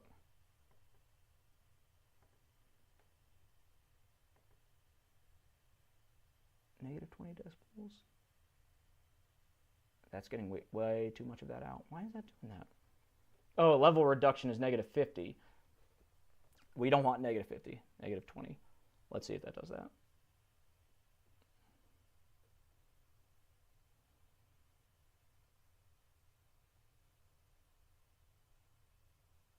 Yeah, with your recording setup, you want to try and get it so that you're picking up as little of those. What is going on? Oh, maybe it's the attack rate? Normally this is just 2 seconds to do it. What did I screw up on this noise gate? We changed that. Is the decay too long? The gate threshold is negative 20. Oh, it's because it's doing all the way to negative 20, isn't it? I'm doing this wrong. I'm thinking how much I want to remove it by. I got these things flipped. So I want to do the gate threshold at negative 40. I'm thinking this backwards. I'm thinking this is how much it's taking it down, and that's where it's starting at. So we're going to reduce it by 50 decibels, which is insane because there's not 50 decibels to reduce. Anything that is under negative 40, anything that's boom and lower, it's going to do that, and that should hopefully get rid of it. Shouldn't get that one, but I think that's where anything below that level should be taken down. Let's see if we did this right this time. Because professionalism, that's what I like about it. Because you might not know, I don't know how experienced y'all are, but these are all the normal speaking things. We cut out a whole bunch of those because we were cutting all these things out. There we go. So you see all these breathing sounds? They all just disappeared, and we kept all the normal audio. So if we go and undo that, boom, we see all those breathing sounds, versus if we redo it, boom, they're all gone. So that saved us a whole lot of editing, and it's going to make this a lot faster. So if you mess with your mic settings and your breathing, you can hopefully minimize those. If you're really, really good, you can try to time your breathing and slow down your breathing so they don't come up at all. But if they do come up, that's the easy way to go through and not have to go through a whole hour of audio and try to remove every single one. But that looks like it got rid of just about all of them. I'm not seeing any there, so that's going to save us a whole lot of time. Then the next thing I usually do, I usually change this to sound a little bit more full. So if I play this, I don't know how well you can hear it. However wide awake they may have been before they entered that sleepy region. Which isn't bad, but I like it to sound a little bit more full. So what I do is we add a filter curve. So I'm going to be adjusting the gain that's on these different levels. So we're taking this down some, we're taking the bass up a little bit, and basically this is going to make this sound a lot better when we do this adjustment. I've come to this particular way of adjusting it over time. Mostly I want to get rid of, this is a speech roll off on this part, basically just working with these, seeing what other people have done, and then applying it to mine over time. I am not an expert on this. This is definitely more advanced sound work, so don't quote me on this is the best way of doing a filter curve. It's going to change whether you're doing an audiobook. It's probably going to change based on your voice. This is what I found that I kind of like. If someone knows more about this, please, I'm not the perfect expert about this. Let's see. Rose, that story was, it depends on how you do the pages. I think it was probably around 40 to 50 pages because when I'm reading it, I'll even show you the text. It's just a big old long thing of text. So like there aren't pages from it because it's Project Gutenberg, but I think it's around 40 to 60. Generally when I'm reading, and also like so many things change based on the book because some books have a lot more text per page, but I would say usually when I'm reading, it's about a minute per page-ish, give or take like 10 seconds. So with this whole thing taking about, how long did it take to get the whole thing done? Timing-wise, we got done an hour 20, though yeah, we made some mistakes. I would say probably maybe 40 to 60 pages, maybe a bit longer, but really it depends on how you cut it up. So that answers that. So we just did that, right? We just added the filter curve, beautiful. And then the last thing I do, let's see how that sounds. I don't know. Let me check. Oh, I forgot. The reason it's an hour 20 is because I let it keep recording for 20 minutes afterwards. Yeah, I think it's about 60-ish pages, maybe a little bit less. And was reported to be haunted by the ghost of the unfortunate. I think it sounds a little bit better. Last thing I do is I add a compressor, which I'm not an expert on a compressor, but it basically helps, gotta select the audio. It moves all the peaks to be more similar. And it's gonna take a whole another minute.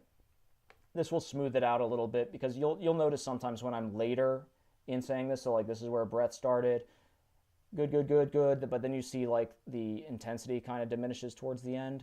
We want to make that a little bit more even so I don't seem like I'm trailing off after every sentence.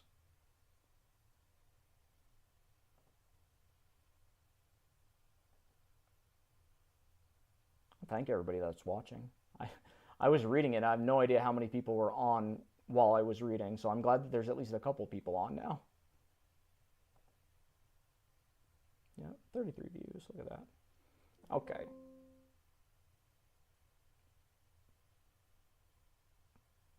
There we go. Okay, it took a second to snap. But now you see how the peaks are all somewhat similar. It's not as bad. If we listen to it, and was reported to be haunted by the ghost of the unfortunate pedagogue. It'll be nice and even. So now that I've done that, I am ready to actually get into the real editing for this. This is, gosh, okay, so it's going to be like an hour and 15 plus the couple extra minutes. So I'm going to scroll all the way back. The way I do this to save time, I usually do this on close to double speed. So I'm going to move this to double speed because really I'm not looking too much to how well the words were made. Generally, when I'm doing the reading, I try to know if I've screwed up the reading, so I'll do it again, and I'll usually just be able to take the last take. So I don't really have to check each take. I usually just assume the last take is good. Sometimes if I know in a section, like if I can remember back to halfway through, oh, I screwed that up several times, but the second to last take is good. When I re-edit it, I'll try to remember that. Generally, I don't like to go more than between 20 minutes and maybe an hour and a half. If it's something really long where I try to do 4 hours, oh, that just gets annoying to remember everything. I just deleted that first part, so you just kind of highlight it and you can hit delete to remove it. And then now we're going to start. We have to use this play button. I need to put a fast key on this, but we're going to listen to it at double speed, and we're going to basically take out all the issues or all the times we flubbed. So let's get started with the actual editing. The Legend of Sleepy Hollow. Found among the papers of the late Diedrich Knickerbocker. And I'm sorry it's going to sound like Alvin and the Chipmunks reading it. And of gay castles in the clouds that pass, forever flushing round a summer sky. Castle of Indulgence. Oh no, Castle of Indolence. Oh, there's our first one. Castle of Indulgence. Oh no. Nope. So we're going to remove that. We're going to keep that at the distance. I hope I don't get distracted because I might miss some of these. So let's go back a little bit since we already found our first flub. Of dreams that wave before the half-shut eye, and of gay castles in the clouds that pass, forever flushing round a summer sky. Castle of Indolence. In the bosom of one of those spacious coves which... And what I'm doing is I'm listening for mistakes, and I'm also checking the pauses to make sure the pauses aren't awkwardly long or weird. That one's a bit long. It's called Greensburg, but which is... So that's a little bit too long, so I'm going to delete some of that time. Some is called Greensburg, but which is more... So that sounds a little bit more natural. So that's kind of what I'm looking at on top of flubs. Some is called Greensburg, but which is more generally and properly known by the name of Terrytown. This name was given, we are told, in former days by the good housewives of the adjacent country, from the inveterate propensity of their husbands to linger about the village... I try to do it so the pauses seem more natural or add more gravitas, but sometimes it can be annoying. There's a little valley or rather lap of land among high hills. It depends more if you want it very rapid succession or if you want And the occasional whistle of a quail or tapping of a woodpecker is almost the only sound that ever breaks in upon something that sounds more like a speech. I recollect that, when struggling, my first exploit in squirrel shooting was in a grove of tall walnut trees that shades one side of the valley. I wandered into it at noontime, when all nature is peculiarly quiet, and was startled by the roar of my own gun, as it broke the Sabbath stillness around, and was prolonged and reverberated by the angry echoes. First row. If ever... Okay, so that's another one, if ever. and was prolonged and reverberated by the angry echoes. No, okay, so that's where I screw up. So we go to where I screw up, go to that, and this way I keep the timing the same. If I know where the screw up starts, and try to keep that similar amount of space, and I can listen to it. Angry echoes. If ever I should wish for a retreat, whither I might... Okay, so that's an appropriate pause. So then I'll go back to double speed. And was prolonged and reverberated by the angry echoes. If ever I should wish for a retreat, whither I might steal from the world and its distractions, and dream quietly away the remnant of a troubled life, I know of none more promising than this little valley. From the listless repose of the place, and the peculiar character of its inhabitants, who are descendants from the original Dutch settlers, this sequestered glen has long been known by the name of Sleepy Hollow, and its rustic lads are called the Sleepy Hollow Boys, throughout all the neighboring country. And its rustic lads are... Okay, so and it's rustic lad, so I usually just remember... Nope.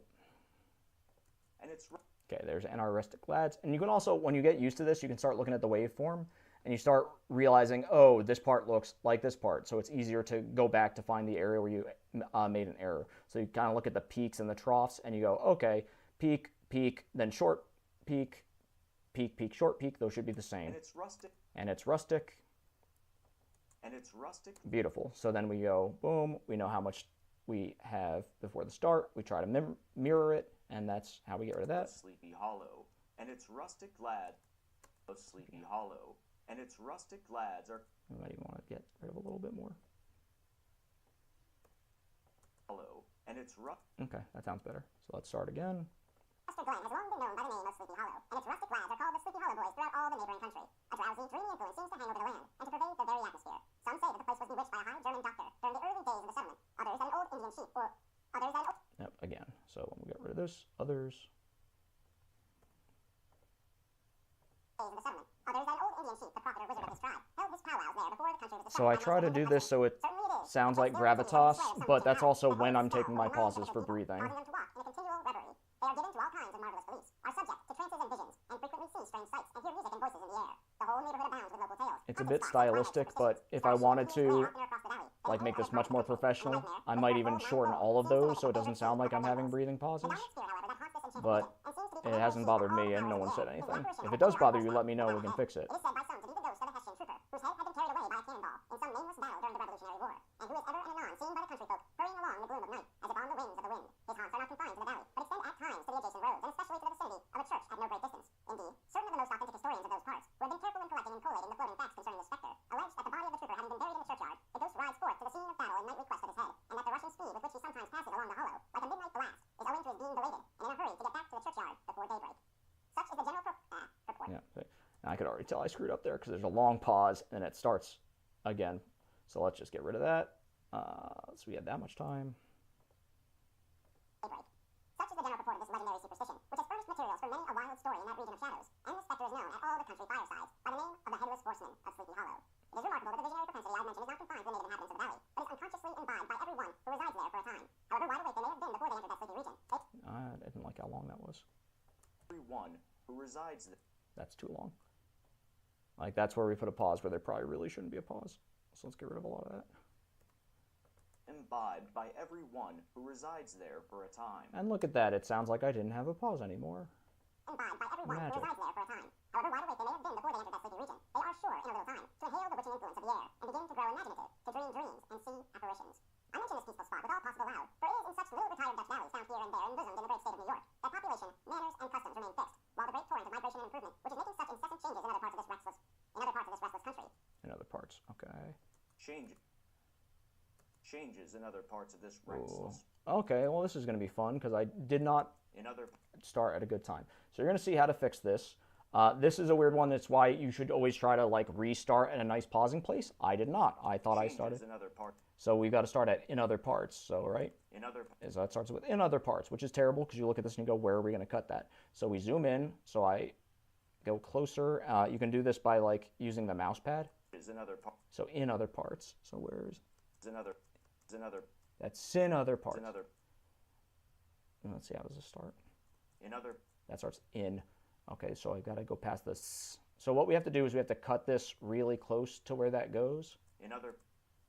And I've got to do it past where the S sound is. So usually you want to match this wave to where it is with the other one, and I usually go for the same height so that there's not a big jump in volume. In other. So let's see where we can find that. Is another. Ah, haha, almost exactly. Look at that. It's like I've done this. Is another. So it starts with S in this part, but since I started with a pause, it doesn't have that S sound in it, so I'm going to have to go past that S sound.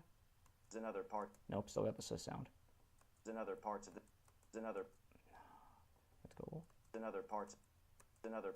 So that's me partially past the and in. So let's find that. I'm going to put I usually don't do it this way, but I'm going to do it for y'all so that you know. I put a cut in there using Control I, so I know that part is where I want to try and cut it. Usually I would just highlight it, but that's going to make it confusing for y'all. So that's the part of the in. In other. So that's got a little bit of the in that part. So let's go a little bit further. This should be where the in part is. In other part. And so let's take this and we're going to cut that part out. So I'm going to go back to where this cut is exactly, and I'm going to delete that. Boom. Now let's see how it sounds. If I cut that perfectly, it should not be noticeable. Changes in other parts. Changes in other parts. Oh, nope, there's a so let's get in on this. See this? See how there's that step off? That's why we're getting it to sound weird. In other. But we can match it up to see. Let's see if we get rid of this. So we're seeing like the individual peaks and waves. Let's see if we do that and see if it matches closer. Is in other. Is in other. I don't like that. Changes in other part. That's better, but it still doesn't sound great. Changes in other part. Let's see if we can fix that better. Is in other part. Is in other part. Oh, let's get a little bit more out. Is in other. Is in other. Let's get rid of this part and see if that will match better. Is in other. I don't like it. Changes in other part. I don't like it. Changes in other parts of this. It sounds better, but I still don't like it. Okay, now my battery just died. But luckily, we're doing the editing, so you can't see me charging it. Tricky, tricky, tricky. Let's do this again. Changes in other part. Changes in other parts of this. Oh, that's not as bad. Changes in other parts of this restless. I would say that's probably not noticeable. Let's go back even more and see if it's noticeable. Migration and improvement, which is making such incessant changes in other parts of this restless country. It sounds like I'm speeding a bit fast on it, but I think that's close enough for YouTube. If I was trying to make this super professional grade, like trying to sell this, I would probably retake that, but I'm very lazy and this takes forever to do. So we're just going to say that's good enough. It's one where now I know about it, so it's noticeable, but if you're listening, you probably would miss it. Migration and improvement, which is making such incessant changes in other parts of this restless country, sweeps them by, sweeps by. Nope, no, we screwed up there. Sweeps by them. Country, sweeps by them unobserved. They are like those little nooks of still water, which border a rapid stream, where we may see the straw and bubble riding quietly at anchor, or slowly revolving in their mimic harbor, undisturbed by the rush of the passing current. Though many years had elapsed since I trod the drowsy shades of sleepy. Now that is the right word. Though many years. Okay, so we already knew that there was going to be an issue there. Delete that. Go back. Though many years had elapsed since I. By the rush of the passing current. Though many years had elapsed since I trod the drowsy shades of Sleepy Hollow, yet I question whether I should not still find the same trees and the same families vegetating in its sheltered bosom. In this byplace of nature there abode, in a remote period of American history, that is to say, some 30 years since, a worthy white. The worst is I thought I did a good job and didn't screw up all this. But I did. We screwed up a lot. A state which supplies the union with pioneers for the mind as well as for the forest, and sends forth yearly its and sends forth. Another one, and sends forth. For the forest, and sends forth yearly its legions of frontier woodmen and country schoolmasters. The cognomen of Crane was not inapplicable to his person. He was tall but exceedingly lank, with narrow shoulders, long arms and legs, hands that dangled about. Another one. So usually I look for these long pauses, especially in areas where it's not a new paragraph. Long arms and legs, hands that dangled a mile out of his sleeves. And that usually tells me there's an error, or if I can see the repeating waves. With huge ears, large green glassy eyes. With huge ears, large green. This should be easier. So With you. the good thing about this, look, these are really obvious waveforms of when they start. Large. So even though I did the same mistake as last time when I was doing it, Long. it's a lot easier for me to find that spot. And then there's also this really nice little divot there, so I can tell. Long. And just go from there to here and get them to join up, and that should be a lot easier. Ears, large green. Nope, we still got that little divot. Let's get rid of that divot. Large. Zoom in carefully.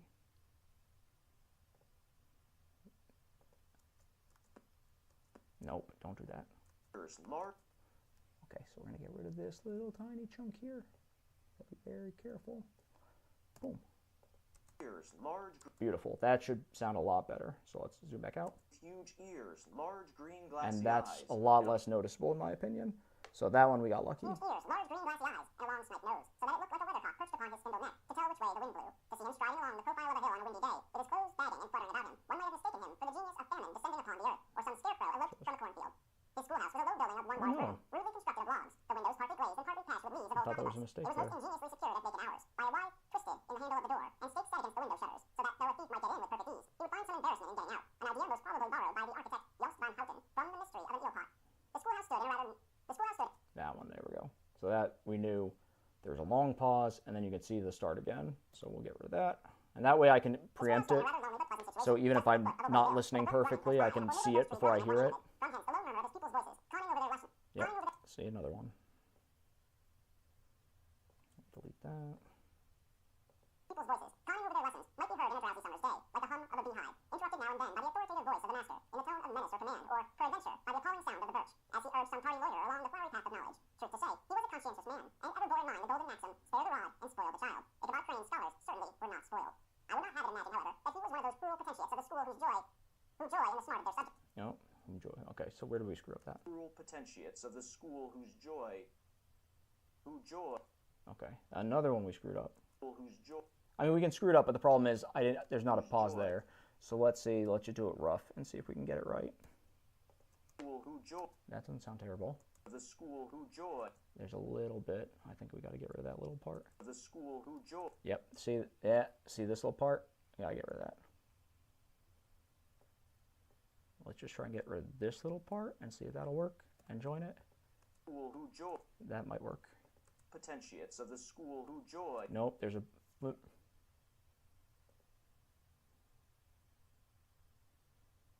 did it go?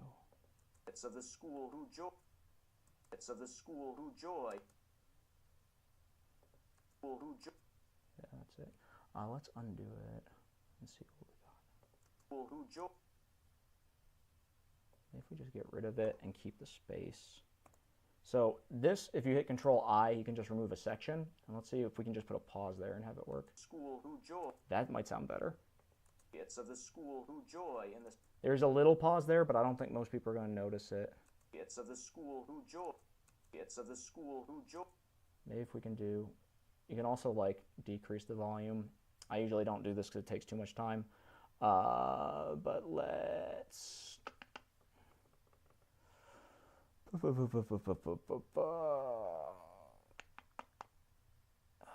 high limiter.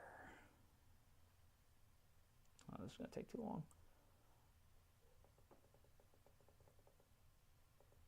I don't normally do this, but this is going to take too long to make that perfect. What I would do is I would decrease the volume on just that section to make that transition sound less jarring, but it's just a little bit. And we'll go through it because of time.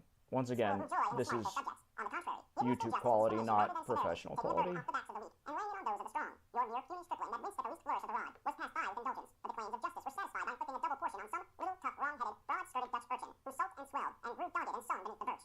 All this he Boom, another one. Yeah, the reason I do this is because I try to edit it in about as much time as it takes to record, and it just takes so long, especially if I want to put these out. When the school hours were over, he was even the companion and playmate of the larger boys. And on holiday If we had a lot more subscribers, I'd probably spend a little bit more time on it, but I'd rather just put out the content, and most of these things are small enough where most people don't get bothered by them. He was a huge eater and, though rank, had the dilating powers of an anaconda. But to help out his maintenance, he was, according to country custom in those parts, boarded and lodged at the houses of the farmers whose children he instructed. With these, he lived successively a week at a time, thus going the rounds of the neighborhood, with all his worldly effects tied up in a cotton handkerchief. That all this might not be too onerous on the purposes of his rustic patrons. Let's take that pause. That pause a little bit too long. That all this might not be too onerous on the purposes of his rustic patrons, who are apt to consider the cost of schooling a grievous burden, and schoolmasters as mere drones. He had various ways of rendering himself both useful and agreeable. He assisted the farmers occasionally in the lighter labors of their farms, helped to make hay, mended the fences, took the horses to water, drove the cows from pasture, and cut wood for the winter fire. He laid aside, too, all the dominant dignity and absolute sway which... All the dominant dignity and all the. Good. See, I was good on that one. I actually went back to a part where there was a pause. All the dominant dignity and absolute sway with which he lorded it in his little empire, the school, and became wonderfully gentle and ingratiating. He found favor in the eyes of the mothers by petting the children, particularly the youngest, and like the lion bold with Willem? No idea. W-H-I-L-O-M. Idea. W-H-I. Okay, that's me talking. I shouldn't do that.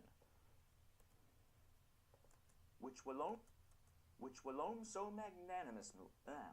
Which will own. Okay, so we're just going to cut all this because that's all screw up. And we do with. And like. Particularly the youngest, and like the lion bold with will. Okay, so that's where we do it. Will. Which will own. Which will. Bold with. Okay, so we're going to have to cut from here to here. Let's see if that works. And like the lion bold, which will own so. Oh, that one was beautiful. I love when that did happens. Hold. He would. Okay, beautiful. We got lucky with that one. Lamb did hold. He would sit with the child on one knee and rock a cradle with his foot for whole hours together. In addition to his other vocations, he was the singing master of the neighborhood and picked up many bright shillings by instructing young folks in psalmody. It was a matter of no little vanity to him on Sundays to take his station in front of the church gallery with a band of chosen singers, where, in his own mind, he completely carried away the palm from the parson. Certain it is, his voice resounded far above all the rest of the congregation, and there are peculiar quavers still to be heard in that church, and which may even be heard half a mile off, quite to the opposite side of the mill pond, on a still Sunday morning, which are said to be legitimately descended from the nose of Ichabod Crane. Thus, by divers little makeshifts, in that ingenious way which is commonly denominated by hook and by crook, the worthy pedagogue got on tolerably enough, and was thought, by all who understood nothing of the labor of headwork, to have a wonderfully easy life of it. The schoolmaster is generally a man of some importance in the female circle of a rural neighborhood, being considered a kind of idle, gentlemanlike personage of that. Okay, well, get rid of this. A kind of idle, gentlemanlike personage of vastly superior taste and accomplishments to the rough country swains, and indeed inferior in learning only to the parson. His appearance, therefore, is apt to occasion some little stir at the tea table of a farmhouse, and the addition of a supernumerary dish of cakes or sweetmeats, or peradventure, the parade of a silver teapot. Our man of letters, therefore, was peculiarly happy in the smiles of all the country damsels. How he would figure among them in the churchyard, between services on Sundays, gathering grapes for them from the wild vines that overran the surrounding trees, reciting for their amusement all the epitaphs of them. Oh God, that's dark. Reciting for their amusement. That was very dark. I was not expecting that reading a whole bunch of grapes would be a fun thing to do. While the more bashful country bumpkins hung sheepishly back, envying his superior elegance and address. From his half-itinerant life, also. From his half-itinerant...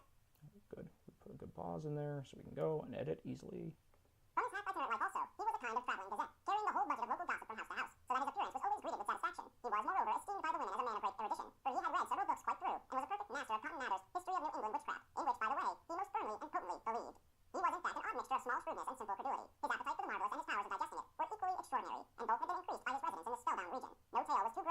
I usually scroll. I don't have to scroll. I can just sit and listen. Because sometimes I'll be doing something else while listening to this, especially if I don't have a lot of mistakes. Because it will just automatically jump to the next section. So if I'm reading something else, because this is very boring sometimes, I'll just let it go and just listen for mistakes.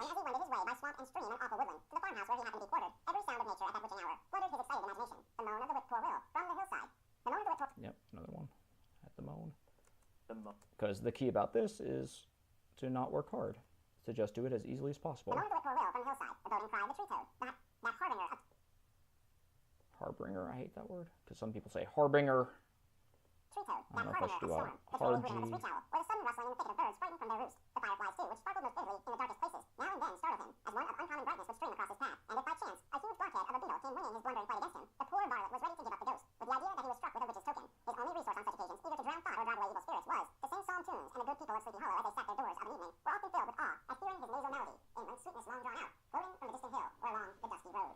Very long pause.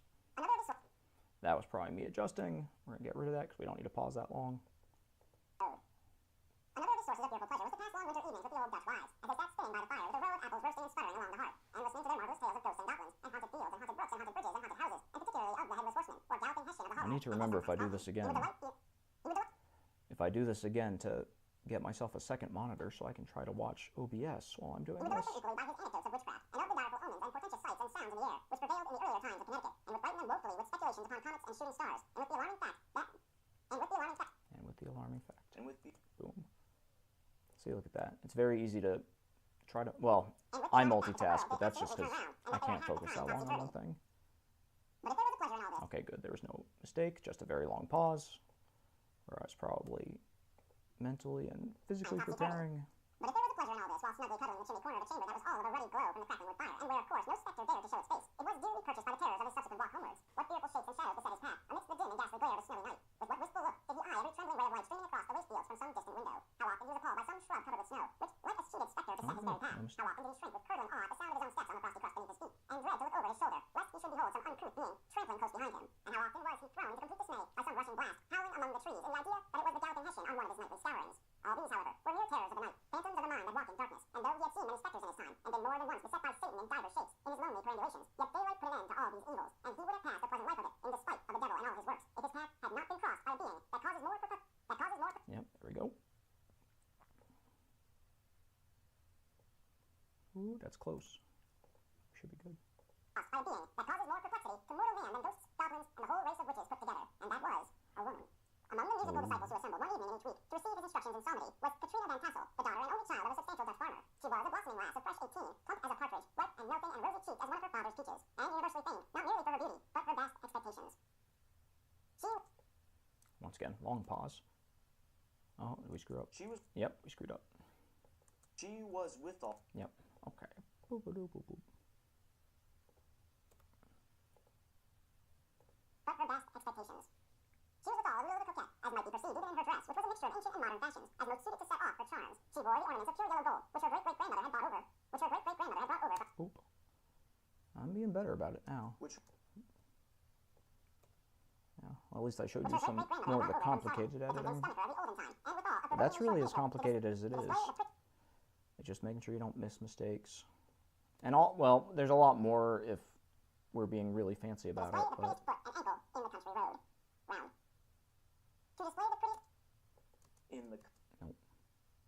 an ankle in the foot, an ankle Oh, to display. Yep, all the way back there. Yeah, if I was doing this for like a high-end production quality, I'd probably be working a lot harder on it, but this is for YouTube, not for a high-end production.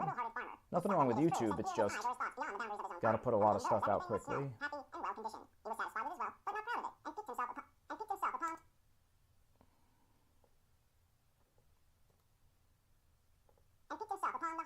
Rather than the style in which he lived. His stronghold was situated on the banks of the Hudson, in one of those green, sheltered, fertile nooks in which the Dutch farmers are so fond of nestling. A great elm tree spread its broad branches over it, at the foot of which bubbled up a spring of the softest and sweetest water, in a little well formed... Let's just get rid of all that and then listen to the next part. In a little well. In a little well, okay. In a little... Yep, boom. That way we can do it faster and not have to listen to the whole thing, because you could tell just by looking at the audio form that that part was screwed up. Nope, another one that babbled among. Babbled among that. Okay, you could say that. That. Now we'll have to cut it close. Let's listen. Grass to a neighboring brook that babbled among. Beautiful. Look at that. It's like we didn't make an edit at all. That babbled among alders and dwarf willows. Hard by the farmhouse was a vast barn that might have served for a church. Every window and crevice of which seemed bursting forth with the treasures of the farm. The flail was busily resounding within it from morning to night. Swallows and martins skimmed twittering about the eaves, and rows of pigeons, some with one eye turned up, as if watching the weather, some with their heads under their wings or buried in their bosoms, and others swelling and cooing and bowing about their dames, or enjoying the sunshine of the roof. Sleek, unwieldy porkers were grunting in repose and abundance of their pens, from whence sallied forth now and then troops of suckling pigs, as if to snuff the air. A stately squadron of snowy geese were riding in an adjoining pond, convoying whole fleet. Yep, okay, conveying. Did I get it? Let's be safe.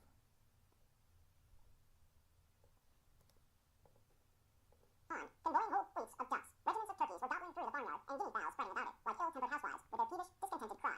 Before the barn door strutted the gallant cock, the pattern of a husband, a warrior, a fine It's gentleman, sexist clad in and his flourishing racist. wings, What a and great flying in the pride and story. gladness of his heart, sometimes tearing up the earth with his feet, and then generously calling his ever-hungry family of wives and children to enjoy the rich morsel which he had discovered. The pedagog's mouth watered as he looked upon this sumptuous promise of luxurious winter fare. In his devouring mind's eye, he pictured to himself every roasting pig running about with a pudding in his belly and an apple in his mouth. The pigeons were snugly put to bed in a comfortable pie, and tucked in with a coverlet of crust. The geese were swimming in their own gravy, and the ducks pairing cozily in dishes, like snug and married couples, with a decent competency of onion sauce. I didn't even have to be watching it. With a decent. Yep, the decent competency. With a. See, look at that. We're kind of paying attention. With a decent competency of onion sauce. In the porkers he saw carved out the future sleek side of bacon, and juicy. Another one. And juicy. Good. Let's see that pause words. Side of bacon, and juicy relishing ham. And juicy. Oh no, we screwed up twice. Good thing is we had to shorten that anyway, so let's do that and take a little bit more off. Feature sleek side of bacon and juicy relishing ham. Not a. Yeah, I think the juicy relishing ham Feature sleek side of threw bacon, me and off. juicy relishing ham. Not a turkey, but he beheld daintily trussed up. Yeah, that one's Not a turkey, confusing too. but he beheld daintily trussed up. Some of these words, I didn't know what they meant, so it threw me off a bit. I was also distracted by all the talk of food. Not a turkey, but he beheld daintily trussed up, with its gizzard under its wing, and peradventure a necklace of savory sausages, and even bright Chanticleer himself lay sprawling on his back in a side dish, with uplifted claws as if craving that quarter which his chivalrous spirit disdained to ask while living. As the enraptured Ichabod fancied all this, and as he rolled his great green eyes over the fat meadow lands, the rich fields of wheat, of rye, of buckwheat, and Indian corn, and the orchard burdened with ruddy fruit, which surrounded the warm tenement of Van Tassel, his heart yearned after the damsel who was to inherit these domains, and his imagination expanded with the idea how they might be readily turned into cash, and the money invested in immense tracts of wild land, and shingled palaces in the wilderness. Nay, his busy fancy already realized his hopes, and presented to him. Nope. It's the excitement of the entertainment industry. With a whole family of children, mounted on the top of a wagon loaded with household trumpery, with pots and kettles dangling beneath, and he beheld himself bestriding a pan. Oh, was that earlier? And kettles dangling beneath, and he be. No, that is that part. Yeah. The entertainment industry is a lot less glitz and glamour than you would think. It's a lot of sitting in warehouses sometimes, and painstaking editing. Tennessee, or the Lord knows where. When he had I'd like that to be a little shorter. Tennessee, or the Lord knows where. I don't like that delivery, but hey, Tennessee, or the Lord we'll knows live where. with it. When he entered the house, the conquest of his heart was complete. It was one of those spacious farmhouses with high ridge but lowly sloping roofs, built in a style handed It's down not from all his red forefathers. carpets. It's Below the usually a balcony lot of was the piazza, among the front. sitting It was around encrusted in and that weather. Under this were hung doing rails, boring harness, stuff. various utensils of husbandry, and nets for fishing in the neighboring river. Benches were built along the sides for summer use, and a great spinning wheel at one end, and a churn at the other, showed the various uses to which this important porch might be devoted. From this piazza, the wondering Ichabod entered. No, the wondering.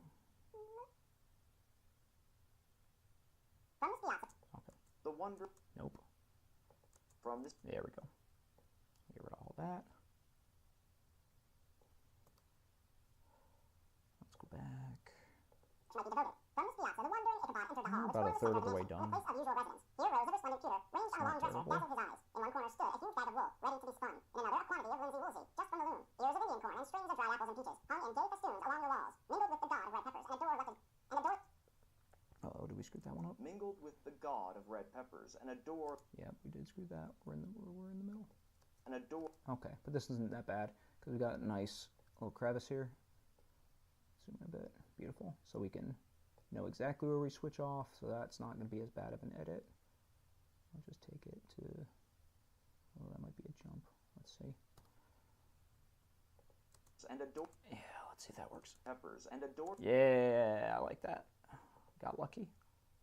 of red peppers, and a door like a jar gave him a peep into the best parlor, where the claw-footed chairs and dark mahogany tables shone like mirrors, and irons with their accompanying shovel and tongs glistened from their covert. Oh, I didn't like this part. Gliss. Yeah, I didn't like how this was.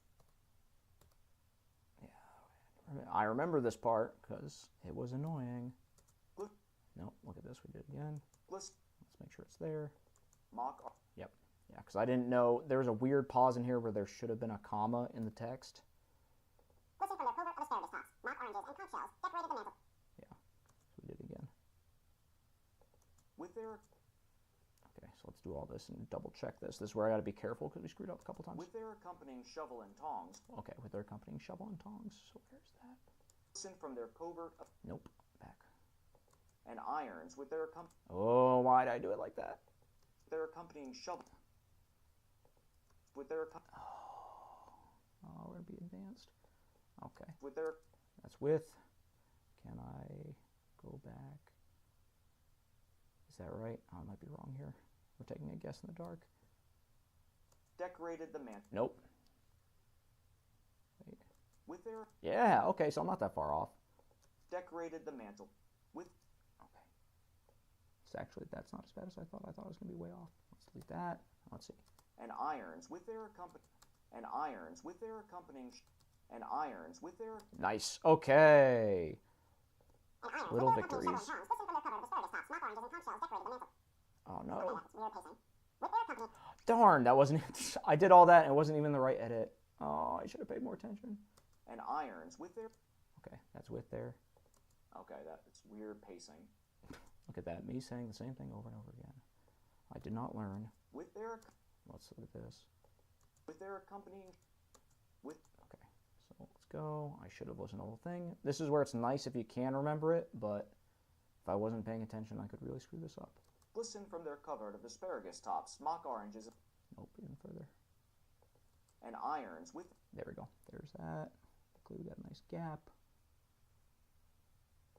In the gap. And go to, I think it's there. Let's, fingers crossed. And irons with their accompanying. And irons with their accompanying. Okay, good. Now let's hope that's all the Irons errors. with their accompanying shovel and tongs glistened from their covert of asparagus tops, mock oranges, and conch. Okay, see, this was much better. If I'm going to screw up, I need to screw up in a good way. So it's easier to edit. Mock oranges and conch shells decorated the mantelpiece. Strings of various colored bird eggs were suspended above it. A great ostrich egg was hung from the center of the room, and a corner cupboard, knowingly left open, displayed immense treasures of old silver and well-mended china. From the moment he could laid his eyes upon these regions of delight, the peace of his mind was at an end, and his only study was how to gain the affections of the peerless daughter of Van Tassel. In this enterprise, however, he had more real difficulties than generally fell to the lot of a knight-errant of yore, who seldom had anything but giants, enchanters, fiery dragons, and such like easily conquered adversaries to contend with. Again. Okay, another screw up. This is the one negative thing with doing it, because if I comment, it makes it harder to edit. Easily conquered adversaries to contend with. In this enterprise. Do we have this? Who seldom had anything but giants, enchanters, fiery dragons, and such Okay, like I remember this easily part now. conquered adversaries. Fell to the lot of a knight-errant of yore, who seldom had. Okay, where did I screw up? He had more. In this enterprise, however, he had more real difficulties than generally fell to the lot of a knight-errant of yore, who seldom had anything but giants, enchanters, fiery dragons, and such like easily conquered adversaries to contend with. In this enterprise, however, he had more real difficulties than generally fell to the lot of knight-errant of yore. Okay, so that's way farther up. And what does that look like in this enterprise? Daughter of Van Tassel. In this enterprise. So in this enterprise. Okay, so that's from there. Can I remember what it looked like? I think that's it. In this okay, good. Let's double check. Tassel. In this Good. Now let's hope we didn't screw that up again, because I remember screwing this up. However, he had more real difficulties than generally fell to the lot of knight-errant of yore, who seldom had anything but giants, enchanters, fiery dragons, and such like easily conquered adversaries to contend with, and had to make his way nearly through gates of iron and brass and walls of adamant to the castle keep, where the lady of his heart was confined. All which he achieved. This is the other annoying thing. Without reading it beforehand, you don't always know where there's weird pauses or where they're not putting commas in places where you think they're going to be. So sometimes you start a sentence and it ends up throwing you off a whole lot. And here we got a nice big pause. It's probably getting adjusted. And so, like, doing a cold read, you get thrown up a lot, especially with these old ones, because sometimes they just write it in a way that you're not accustomed to. Any new competitor. Among these, the most formidable was a burly, roaring, roistering blade of the name of Abraham, or according to the Dutch abbreviation, Ron van Brunt, the hero of the country round, which ran with his feet of strength,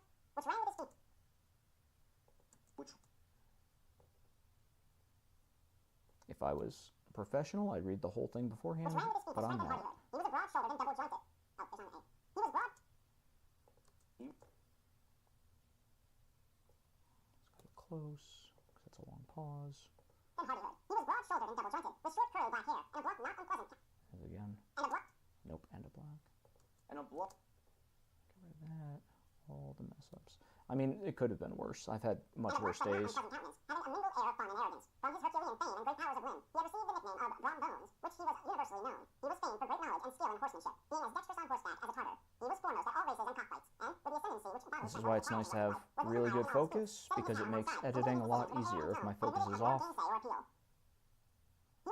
Okay, that's not an error, it's just a long pause.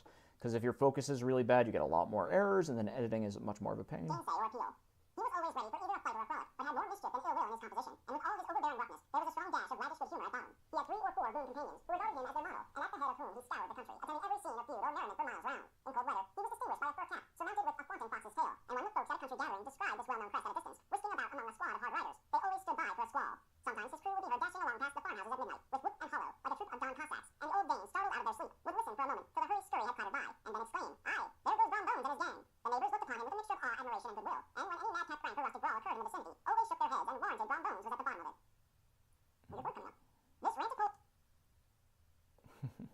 I think it's, what word did we have here? This rantipole hero. Rantipole? This rantipole hero. What word was that? Yeah, rantipole. Yeah, I saw that beforehand. I'm like, I have no idea what word this is. Never seen that word. But anyway, rantipole. This rantipole. Who knows what it means? I would look it up, but I'm not. At the bottom of it. This rantipole hero had for some time singled out the blooming Katrina for the object of his uncouth gallantries, and though his amorous toyings were something like the gentle caresses and endearments of a bear, yet it was whispered that she... Yet it was whispered that she did not altogether discourage his hopes. Certain it is, his advances were signals for rival candidates to retire, who felt no inclination to cross a line in his amours, insomuch that when his horse was... Let me see what that is. That's probably... Yeah, nope. We missed... That was a breath sound that made it through. A line in his amours, insomuch that when his horse was seen tied to Van Tassel's collar on a Sunday night, a sure sign that his master was courting, or, as it is termed, sparking, That I think I screwed up, because sparking threw me off.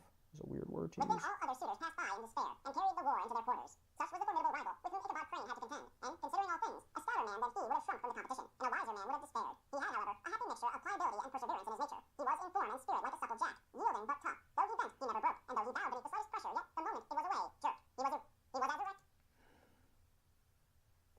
Another one. Let's... A jerk. He was as erect. I remember screwing this up, because I remember erect. A jerk. He was as erect and carried his head as high as ever. He was as erect. Yep. I said it again. I said it properly, but I wanted a better reading. I'm sorry, certain words will throw me off, and... He was as erect and carried his head as high as ever. To have taken the field openly against his rival would have been madness, for he was not a man to be thwarted in his amours, any more than that storm. For he was. Beautiful. Yeah, this is the hard thing is because when you're reading it, you're only half listening to it. So sometimes you focus on a word or part of the story, and then you get thrown off, and you can't focus on talking. Which is also why many times people who do this will read through and not know anything about the story, because you're focusing on talking, you're not focusing on what the story is actually about.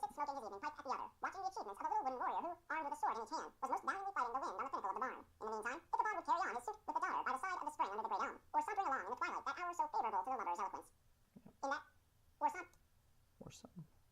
Or sauntering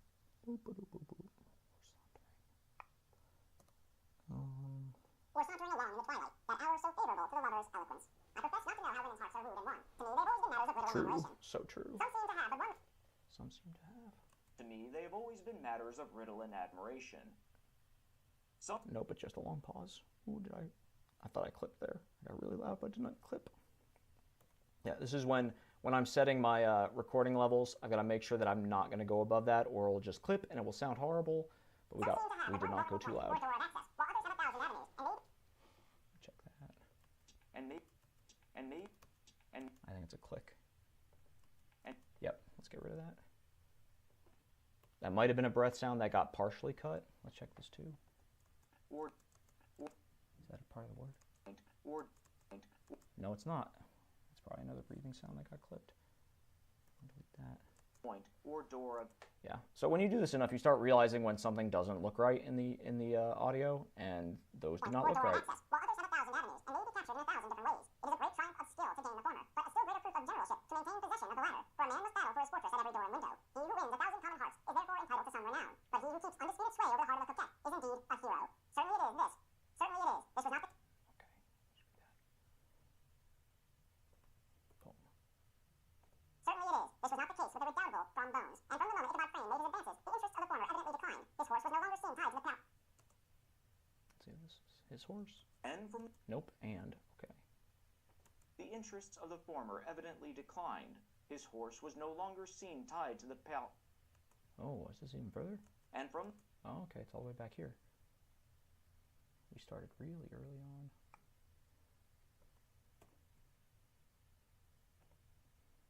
From Bones, and from the moment Ichabod Crane made his advances, the interests of the former evidently declined. His horse was no longer seen tied to the pawings on Sunday nights, and a deadly feud gradually After arose doing between this him too and the long. preceptor of Sleepy Creepy.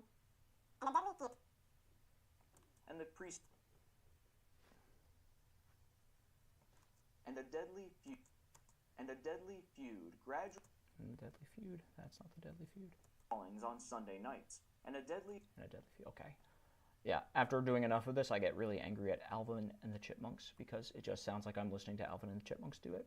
And a deadly feud gradually arose between him and the preceptor of Sleepy Hollow. Ron, who had a degree of rough Which can chivalry be was really hosted, messed but up, Crane like had carried when I was doing and had settled their pretensions.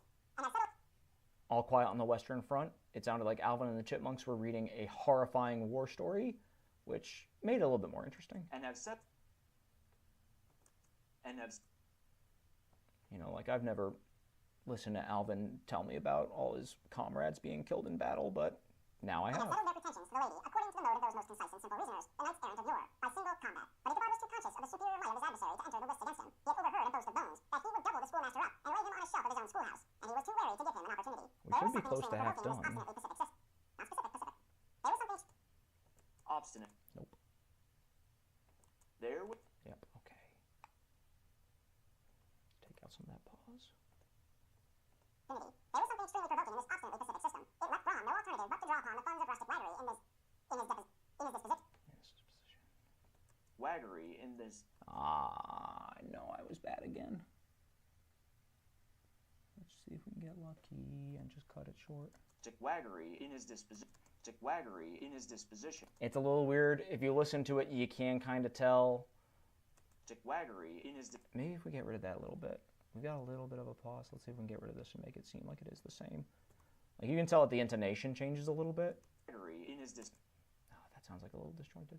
rustic waggery in his disposition. Not as bad. On the funds of rustic waggery in his disposition, and to It sounds like I just started a little bit too fast. Like I made the pause a little bit too short, but it should work well And to enough. play off boorish practical jokes upon his rival, Ichabod became the object of whimsical persecution to Bones and his gang of rough riders. They harried his hitherto peaceful domains, smoked out his singing school by stopping up the smoke. Yep, that one didn't look right. Get rid of that. domains, smoked out his I singing do school by wonder stopping how up the many of chimneys, those I broke into the missed. schoolhouse at night, in spite of its formidable fastenings of withe and window stakes, and Another one. It's too much of a pause.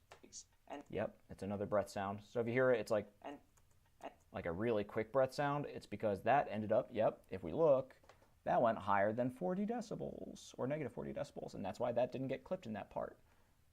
And we were breathing extra heavy during that. and turned everything topsy-turvy, so that the poor schoolmaster began to think all the witches in the country beheld their meat. Okay. Started to think all the witches of the country. so that Okay, back. so that the Beautiful. Get rid of this. So that the schoolmaster began to think all the witches in the country held their meetings there. But what was still more annoying, Okay, that one's easy.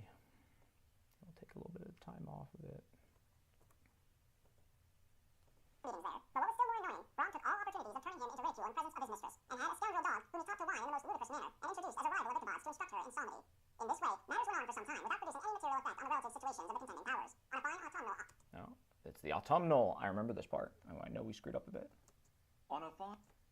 Okay, let's get rid of all that. On a fine autumnal afternoon, Ichabod, in pensive mood, sat in... Okay, that sounds very poetic. On a fine... That's not so bad. I thought that was going to be more of a pain. Powers. On a fine autumnal afternoon, Ichabod, in pensive mood, sat enthroned on the lofty stool from whence he usually watched all the concerns of his little literary realm. In his hand he swayed a ferule, that scepter of despotic power, the birch of justice reposed on 3 nails behind the throne, a constant terror to evildoers, while on the desk before him might be seen sundry contraband articles and prohibited weapons detected upon the persons of idle urchins, such as half-munched apples, popguns, whirligigs, fly cages, and whole regions of rampant little paper... I was not expecting that word. And whole... And whole... And whole regions of rampant little paper gamecocks. Apparently there had been some appalling act of justice recently inflicted, for his scholars were all busily intent upon their books, or slyly whispering behind them with one eye kept upon the master, and a kind of buzzing stillness reigned throughout the schoolroom. It was suddenly interrupted by the appearance of a Negro in toe cloth, jacket, and trousers. I'll say that again because I didn't say it right. Much I hate doing it. It was suddenly interrupted. It was... It was suddenly interrupted by the appearance of a Negro in toe cloth, jacket, and trousers. A round crowned fragment of A round-crowned fake...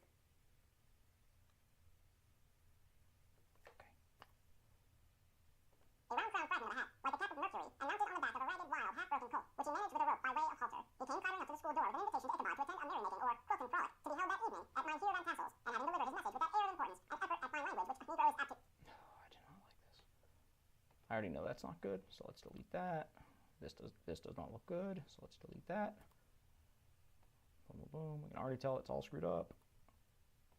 Which it... I'm just going to do the beginning. And... Fine length.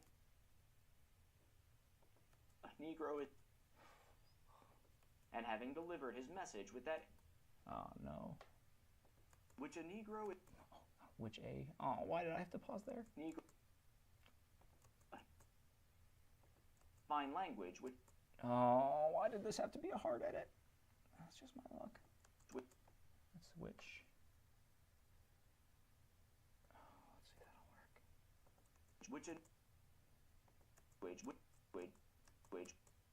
Which a... Trying to cut off. Fine language, which a... Fine language, which a... Yeah, that's good. We're just going to go past that part. On petty embassies of the kind, he dashed over the brook and was seen scampering away up the hollow, full of the importance, Of the... Full...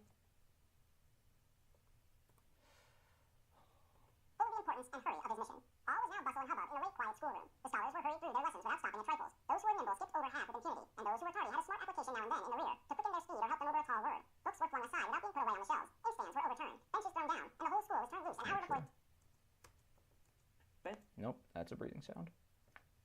Usually it's like a K sound, and if I don't hear a K sound at the end, benches thrown down, and the whole that school means was it's a turned loose an breath. hour before the usual time, bursting forth like a legion of young imps, yelping and racketing about the green in joy at their early emancipation. The gallant Ichabod now spent at least an extra half hour at his toilet, brushing and furbishing up his best and indeed only suit of rusty black, and arranging his locks by a bit of broken looking glass that hung up in the schoolhouse, that he might make his appearance before his mistress in the true style of a cavalier. He was borrowed a horse from the farmer with whom he was domiciled. Nope. I made up a word. He borrowed... He borrowed. He was... Yeah, I said domiciled, I think, and it was not domiciled. Oh, we screwed up again, didn't we? He bought... Yep. It's 2 takes. Let's make sure we cut it properly. Appearance before his mistress in the true style of a cavalier. He borrowed a horse from the farmer with whom he was There we domiciliated, go. a choleric old Dutchman of the name of Hans von Ripper, and thus gallantly mounted, Sorry. issued forth like a knight errant in quest of Gotta adventures. check on But in this comments. I should, in the true spirit of a romantic story, give some account of the looks and equipments of my hero and his steed. The animal he bestrode was a broken down plow horse that had outlived almost everything but its viciousness. He was gaunt and shagged. Yeah, I wanted to think if it was shagged. It was, well, I probably could have said shagged, but He was... good. Let's get rid of that. He was gaunt and shagged, with a U. And that screwed me up too. The U-neck. Yeah, because I'd never heard a U-neck. It was like EWE in that part. But I don't know what a U-neck is, but that's what With it a was. U-neck and a head like a hammer. His rusty mane and tail. Hammer. His... Yeah, that was a little bit of a breath sound too. Like a hammer. His... And that I knew because the waveform just looked really weird for Like that a one. hammer. His rusty mane and tail were tangled and knotted with burrs. One eye had lost its pupil and was glaring and spectral, but the other had the gleam of a genuine devilment. Still, Like, if you're just starting with editing, I wouldn't do it this fast because you're not going to be able to tell a K versus a breath sound, and you'll miss a lot of those. I would start at full speed and then slowly go faster. I might still miss them, but... Yes, that was looked, so that should be looked. Yep, looked. I probably still miss a bunch, but hey, that's what we get. That doesn't look right.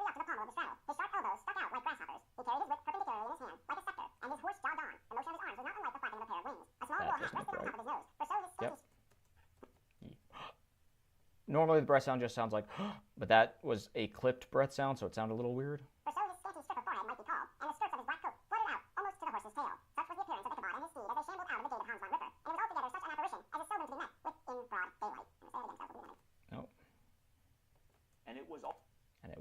Let's see if that's the part. As is seldom to be met with, and it was all together. Let's see if that's a good cut. I want to make sure I don't accidentally cut that. And it was altogether good. I was right. I don't remember that part, but I could tell from the waveform that it looked like I had 2 takes or 3 takes.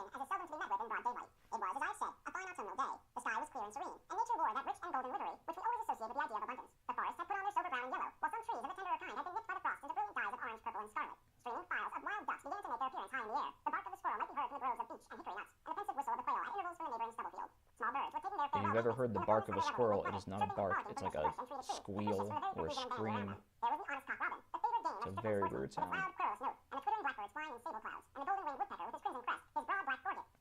His broad black... Wait. Nope, that was not...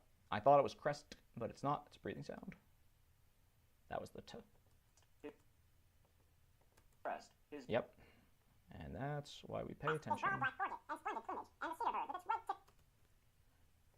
With its red tip. With its... Okay, so I do this part.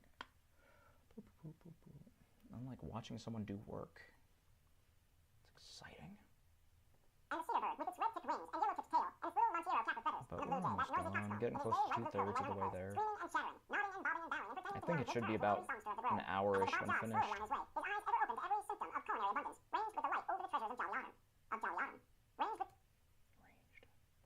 Rain. Because after you edit it too, it gets a little bit shorter. So I think it's going to be probably 1 hour finished. Rain. Ranged. Rain. Yep. 2 takes. And the good thing is, I usually know the last take is the good take, so I don't have to listen to both. Ranged with delight over the treasures of jolly autumn. On all sides he beheld Okay, that was just a long pause. I thought it was another screw up. On all sides he beheld vast stores of apples, some hanging in oppressive opulence on the trees, some gathered into baskets and barrels for the market, others heaped up in rich piles for the cider press. Further on, he beheld great fields of Indian corn, with its golden ears peeping from their leafy coverts, and holding out the promise of cakes and hasty pudding, and the yellow pumpkins lying beneath them, turning up their fair round bellies to the sun, and giving ample prospects of the most luxurious of pies. And anon he passed the fragrant buckwheat fields, breathing the odor of the beehive, and as he beheld them, soft anticipation stole over his mind of dainty slapjacks, well buttered, and garnished with honey or tea by the delicate little 3 times speed at some point. Thus, feeding his mind with many sweet thoughts and sugared suppositions, he journeyed along the sides of a range of hills which looked out upon some of the goodliest scenes of the mighty Hudson. The sun gradually revealed his broad disk down in the west. The wide bosom of the Tappan Zee lay motionless and glassy, excepting that here and there a gentle undulation waved and pronged the blue shadow of a distant mountain. A few amber clouds floated in the sky, without a breath of air to move them. The horizon was a fine golden tint, changing gradually to a pure apple green, and from that into deep blue of the mid-heaven.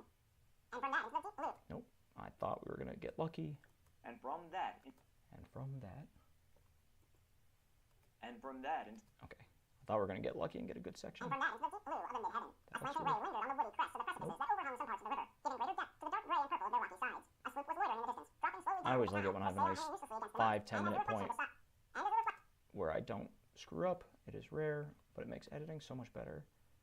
And as the reflection of the sky gleamed along the still water, it seemed as if the vessel was suspended in the air. It was toward evening that I think it is helpful if people do voice acting to actually do the editing at some point, even if they're not going to do it professionally, because Old farmers.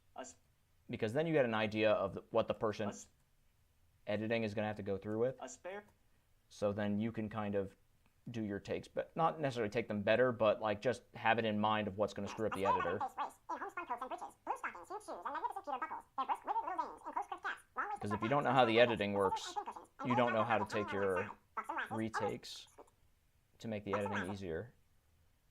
You know, to be less of a headache for the editor. Like having those nice pauses makes editing a lot faster. You don't have to think. Versus if you start doing it in mid-sentence, well, the editor's going to curse your name. So just knowing that's helpful. Now, I am not a professional sound editor or sound guy, so if any of y'all are and have tips, I'll be happy to hear the tips, because I can always improve. Especially. Nope, that's just the end of it. Because I'm sure there's lots of tips that can help. That's a long pause. Make it even shorter. I could make an ADHD cut where I just really get rid of all the pauses. Having. Okay, I don't think that's a breath sound.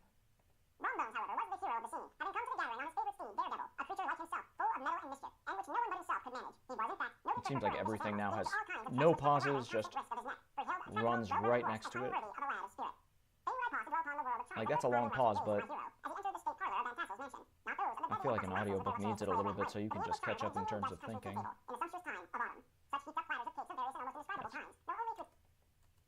Yep, too much of a pause. Like, what I can tell is, like, that is a big amount of space between the last word and that little issue. So that makes me think, nope, that's... Oh, see, that doesn't look right. The tender. Okay, I knew there was something off on that. So we did 2 screw-ups. There was the doughy. There was the. Okay, good. That's there. That was a weird section. I was not expecting, like, doughy donut. There was the dowdy donut, the tender The dowdy donut. and crumbling color, sweet cakes and shortcakes, ginger cakes and honey cakes, and the whole family of cakes. And then there were apple pies and peach pies and pumpkin pies, besides slices of ham and smoked beef, and moreover, delectable dishes of preserved plums and peaches and pears and quinces. Oh, it's hard to listen to roast this. shad and roasted chickens, together. Get that one again. Yep. See, this is a long pause between that and that breath sound, so that's how I can pre-spot it and go, that's probably a breath sound, not a K. All mingled, higgledy-piggledy, pretty much as I had enumerated them, with a motherly teapot, sending up its clouds of vapor from the mist. And I'm Heaven bless the mark. I want breath and time to discuss See, the that was state that it Mark. deserves, and am too. See, that's Mark, Mark. and this is probably not. And it. Yep, that's a breath sound. See that slight difference in how far apart those are? That's too much.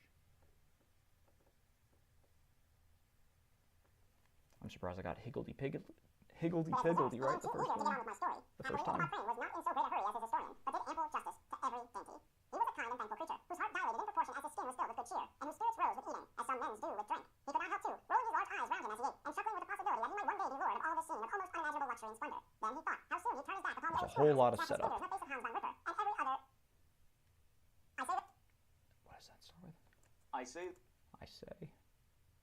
Snapped his fingers in the face of Hans von Ripper and every other. I say this because for historical thing. Oh, yeah, not good. Let's try and not listen to as much of this as possible. Sorry. I don't want to dwell on this part, but of course it's where I... Snap. And every other. Snap his. Okay. I'm going to just look at the waveform and know what sounds right. That's a breath sound. And. This, I want to pause here, so I'm going to do Control-I and keep the space. And this is what would screw up me doing editing afterwards, because if I just clicked on this and then added the filter curve, it would not do it to the other part. So that's why I like to do it beforehand. And every. Okay, that's another word. And, that's another one. So these are long breath sounds at the ends of the words. And I think I was trying to rush to get through this section. And so that's why these breath sounds are connected versus the other ones are not. Patron, and kick any itinerant pedagogue out of the. Yeah.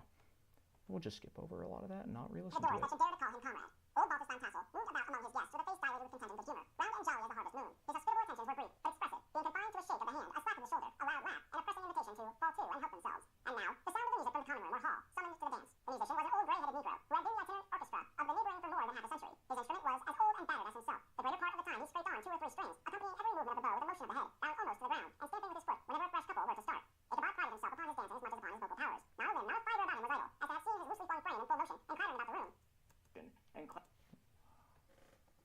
And Yep. Little tiny breath. And clattering about the room. You would have thought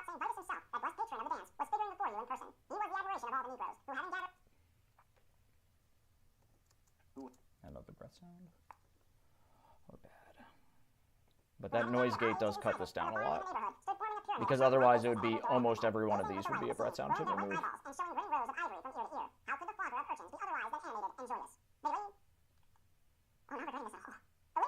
Okay. Did we get some clipping? It looked like that was clipping. Nope, we're getting dangerously close though. You see how high those are? I was seeing this go into the red with the speaker. The lady of his heart was his partner in the dance, and smiling graciously in reply to all his amorous oglings, while Brom Bones, sorely smitten with love and jealousy, sat brooding by himself in one corner. When the dance was at an end, Ichabod was attracted to a knot of the same. Ichabod was attracted. Of this. Nope. Where's Ichabod? Ichabod. Yeah, there we go. Ichabod. Ichabod. Well, let's see. Get rid of Ichabod was that. attracted to a knot of the sager folks, who, with old Van Tassel, sat smoking at one end of the piazza, gossiping over former times, and drawing out long stories about the war. Good. Okay, this is a big pause. Delete all this. Delete, delete, delete. Delete, delete, delete. And turn this to ASM. Okay. Nope, I don't need my commentary. And that's how I can tell too, is because that's me doing a little side note, and you can tell because the decibel level is lower. War. This neighborhood. Cut that pause a little bit shorter. Fun little tips, so you don't have to listen to my commentary over and over again. This neighborhood, at the time of which I am speaking, was one of those highly favored places which abound with chronicle and great men. The British and American line had run near it during the war. It had therefore been the scene of marauding and infested with refugees, cowboys, and all kinds of border chivalry. Just sufficient time had elapsed to enable each storyteller to dress up his tale with a little becoming fiction, and in the indistinctness of his recollection, to make himself the hero of every exploit. There was the story of the few marvelous. That's just a really long pause. I think I thought I screwed up there, and that's why the pause was so long. There was the story of the few. No, let's start over again. Every exploit. There was the story of the few marvelous. A large blue-bearded Dutchman who had nearly taken a British frigate with an old iron 9-pounder from a mud breastwork, only that his gun burst at the 6th discharge. And there was an old gentleman who shall be nameless, being too rich a mind here to be rightly mentioned, who in the Battle of White Plains, being an excellent master of defense, parried a musket ball with a small sword, insomuch that he absolutely felt it whiz round the blade and glance off at the hilt, in proof of which he was ready at any time to show the sword, with the hilt a little bent. There were several more that had been equally great in the field, none of whom but was persuaded that he had a considerable hand in bringing the war to a happy termination. But all these were nothing to the tales of ghosts and apparitions that succeeded. Yeah, let's get to the exciting parts. Local tales and superstitions thrive best in these sheltered, long-settled retreats, but are trampled underfoot by the shifting throng that forms the population of most of our We did country better places. here Besides, with fewer there's no encouragement scripts. for ghosts in most of our villages, for they scarcely had time to finish their first nap and turn themselves in their graves before their surviving friends had traveled the road. Yeah, that confused me. This is some old-timey culture of actually turning in their graves. I did not know it took an amount of time before someone turned in their grave. Friends have traveled away from the neighborhood, so that when they turn out at night to walk their rounds, they have no acquaintance left to call upon. This is perhaps the reason why we so It's fun to see this old-timey culture stuff. Like, there was a lot of cultural things in here that I did not know from the story. Like them making the little paper gamecocks. That was interesting. A lot of times you look back and go, oh, life must have been very boring because reading gravestones was interesting. And I was like, that's fun. Yeah. We're doing. Look how impressive he is. He can read things. And as usual. We're doing out their wild and wonderful legends. Okay, so that isn't a screw up. I think that. Doling. And as usual, we're doling. Nope, it is. Good thing I'm paying attention. As usual. As usual. We're doling. We're doing. Doling, not doing. Okay. I'm going to triple check this because I think I might have. People were present at Ben Tassel's, and as usual, we're doling out their wild and wonderful legends. Many dismal tales were told. Let's cut that a little shorter. And as usual. Oh, and there's a breath sound. And that did not look like a breath sound. Yeah, let's cut that short. We need to cut it shorter and get rid of the breath sound. And as usual, we're doling Much out their better. wild and wonderful legends. Many dismal tales were told about funeral trains, and I'm afraid of how many of those I've missed. where the unfortunate Major Andre was taken, and which stood in the neighborhood. I'll go back to screwing up a bunch. Some mention was made also of the woman in white that haunted the dark glen at Raven Rock, and was often heard to shriek on winter nights before a storm, having perished there in the snow. The chief part of the stories, however, turned upon the favorite spectre of Sleepy Hollow, the headless. That's supposed to be dramatic, and I'm so. The headless horseman. Okay, let's see if that's right. Sleepy Hollow, the headless horseman, who had been heard several times of late patrolling the country, and it was said tethered his horse nightly among the graves in the church. And as it was said, tethered his horse.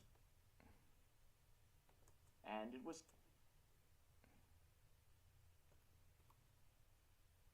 And as it was said, tethered his horse nightly among the graves in the churchyard. The sequestered situation of this church seems always to have made it a favorite haunt of troubled spirits. It stands on a knoll, surrounded by locust trees and lofty elms, from among which its decent. Oh, I don't like the look of that. From. Yep. Got another one.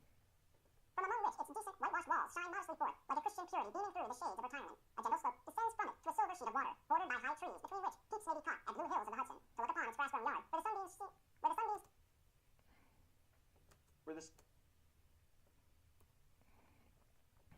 Get into the home stretch. One would think that there at least the dead might rest in peace. On one side, the church extends a wide woody dell, along which raves a large brook among broken rocks and trunks of fallen trees. Over a deep black part of the stream, not far from the church, was formerly thrown a wooden bridge. The road that led to it and the bridge itself were thickly shaded by overhanging trees, which cast a gloom about it, even in the daytime. But occasion appeared.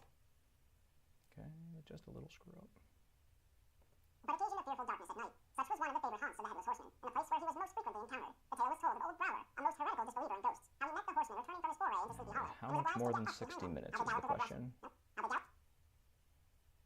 I think it's just going to be a little over 60. Because when I was looking at this, I thought to myself it was probably going to take about 60 minutes to get the whole thing. But we will see. It's always a fun little game of how long will it be in the end? And how much did I leave the mic on when I shouldn't have?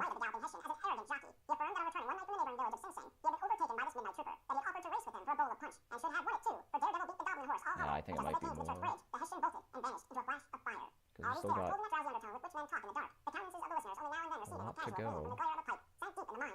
But then again, the actual part with the Headless Horseman is actually pretty short. And added. Yep, there we go. And we're also getting rid of some. I think it's going to be close to 60 minutes. No. And It depends on how many mistakes we make. If we make a lot of mistakes, it might be even shorter than 60 minutes.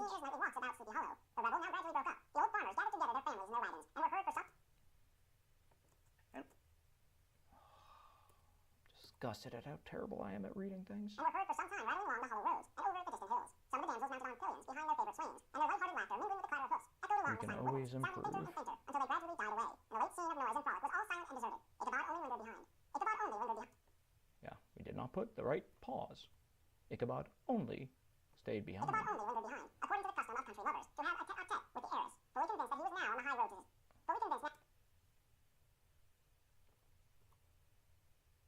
Fully convinced now that he was on the high road to success. What passed at this interview I will not pretend to say, for in fact I do not know. Something, however, I fear me must have gone wrong, for he certainly sallied forth, after no very great interval, with an air quite desolate and chapfallen. I feel so these bad. women, these women. Could that girl have been playing off any of her coquettish tricks? Was her encouragement of the poor... You gotta feel bad for him, poor guy. He gets sent Was her off, encouragement of the poor pedagogue no all girl, in the sheer and he gets a rival? Heaven only head knows, thrown now. at him. But it suffice to say, Ichabod stole forth with It's the a air of rough one who had been night, sacking a hen but roost. we've all Rather been than a there. fair, rather than a fair lady's heart. We've all had those nights rather than a fair, rather. where you just, go to a party, get shot down, Rather than a fair get lady's chased by a heart. Rather than a headless, fair lady's heart. horseman. Like, tale as old as time. It's happened to me at least 3 times. Rather than a fair lady's heart. Without looking to the right or left, she noticed the scene of rural wealth, on which he so often gloated. He went straight to the stable, and with several hearty cuffs and kicks roused his steed most And it's uncourteously. always with the lasses with great dreaming of mountains of corn and oats, and whole valleys of expectations. clover. It was a very witching time of night. Okay, that's just a big pause. Clover. It was a very witching time of night that Ichabod, heavy-hearted and crestfallen, pursued his travels homewards, along the sides of the lofty hills which rise above Tarrytown, and which he had traversed so cheerily in the afternoon. The hour was Teach as children, visible as himself, far below be him, afraid spread of its dusty and overeating, with here and there the tall mast of a sloop, riding quietly at anchor. and women with great expectations. They're all dangerous. I don't care how fruitful her bounties are. It's not worth dying over. But it was so vague and faint as only to give an idea of his distance from this faithful companion of man. Now and then, too, the long-drawn crowing of a cock, accidentally awakened, would sound far, far off from some farmhouse away Forget among the hills. women, It was like a dreaming sound in the air, acquire no signs of life but dainties. occasionally the melancholy chirp of a cricket, or perhaps the guttural twang of a bullfrog from a neighboring marsh, as if sleeping uncomfortably and turning suddenly in his bed. All the stories of ghosts and goblins that he had heard in the afternoon now came crowding upon his recollection. The night grew darker and darker. The stars seemed to sink deeper in the sky, Now and it's driving getting clouds occasionally hid them spooky. from his sight. He had never felt so lonely and dismal. He was, moreover, approaching the very place where many of the scenes of the ghost stories had been laid. In the center of the road stood an enormous tulip tree, which towered like a giant above all the other trees of the neighborhood, and formed a kind of landmark. Its Hey, that is landmark. mark. Good, that is okay. That's why we listen. Its limbs were gnarled and fantastic, large enough to form trunks of ordinary trees, twisting down almost to the earth, and rising again. Twisting Wait, is that right? trees. No, that sounds weird. That's cut off.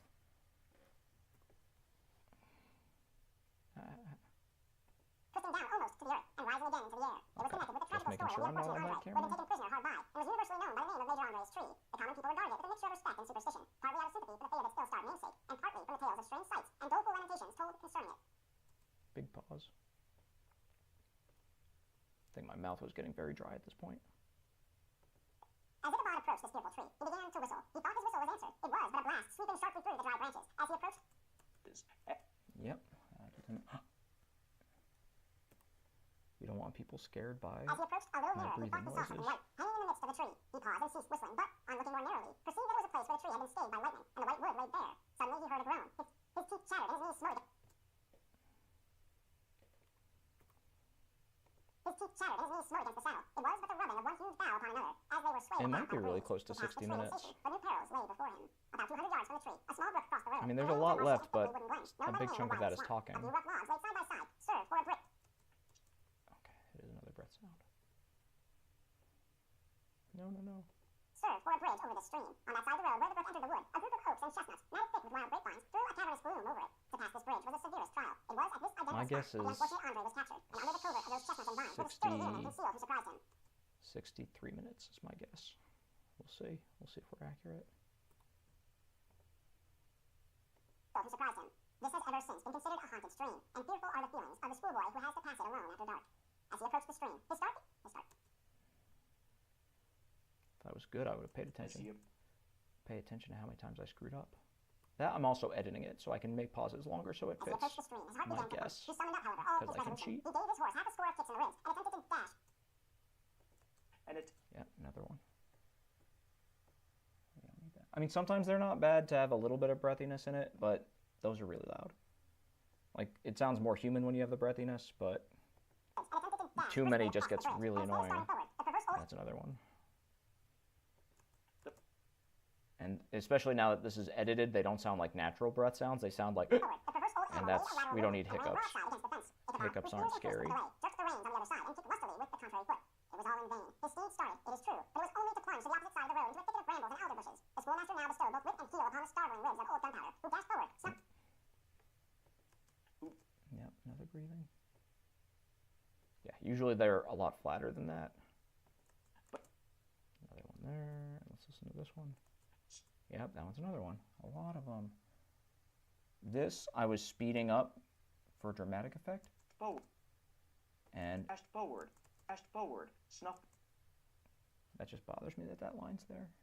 You can't hear it, but I'm still going to get rid of it. So that kind of changes how the breath sounds look. But came to a stand just by the bridge. Nope. Came to a stand.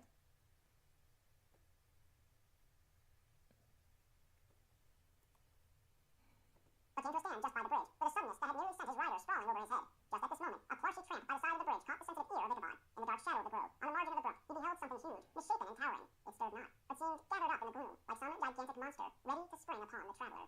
The hair of the affrighted pedagogue rose upon his head with terror. What was to be done? To turn and fly was now too late, and Now, this I'm going to listen to see if it's going to add dramatic effect, these breath sounds, or if they're just annoying.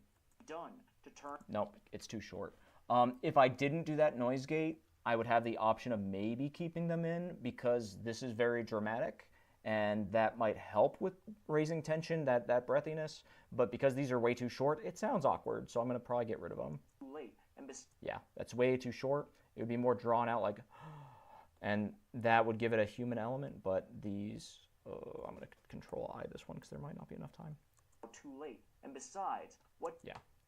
Because they're cut short because of the editing, that just does not sound right. So we're going to just remove these, but there's not enough time, I don't think, between the words, so I'm going to remove them like that instead of deleting them. Too late. And besides, what chance was there of a... Yeah, that sounds better. Maybe a little bit long on that. Let's do that. too late, and besides, what chance was there of escaping ghost or goblin if such it was, which could ride upon the wings of the wind, summoning up there, summoning up. Gotta avoid those ghosts and goblins. Like, did they really think there's a lot of goblins out? Was that a common concern back then?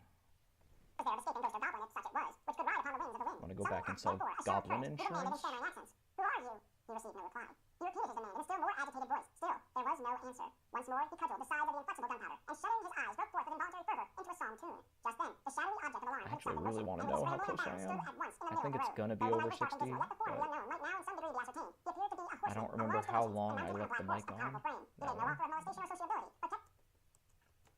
get rid of 2. Oh, that's going to annoy me. This is not audible? Yeah, but I'm still going to get rid of it because that just looks bad. And it's tiny. And we can rest easy. But kept aloof on one side of the road, jogging along on the blind side of old Gunpowder, who had now got over his fright and waywardness. Ichabod. Not that long of a pause. And waywardness. Ichabod, who had no relish for the strange midnight. No, that's still too long. Okay, let's cut that down. Ichabod, who had no relish for the strange midnight companion, and bethought himself of the adventure of Brom. Let's see if that's a breath sound. Yeah, I think so. Yep, too much of a breath sound. Come, listen to me make breath sounds for 2 hours straight. And bethought himself of the adventure of Brom Bones with the galloping Hessian, now quickened his steed in hopes of leaving him behind. The stranger, however, quickened his horse to an equal pace. Ichabod pulled up and fell into a walk, thinking I think that's a cut. Yep, that's a cut. thinking to lag behind. The other did the same. His heart began to sink within him. He endeavored to resume his song tune, but his parched tongue clove to the roof of his mouth, and he could not utter a stave. There was something in the moody and dogged silence of his pertinacious companion that was mysterious and appalling. It was soon fearfully accounted for. On mounting a rising ground which brought the figure of his fellow traveler in relief against the sky, gigantic in height and muffled in a cloak, Ichabod was horror-struck.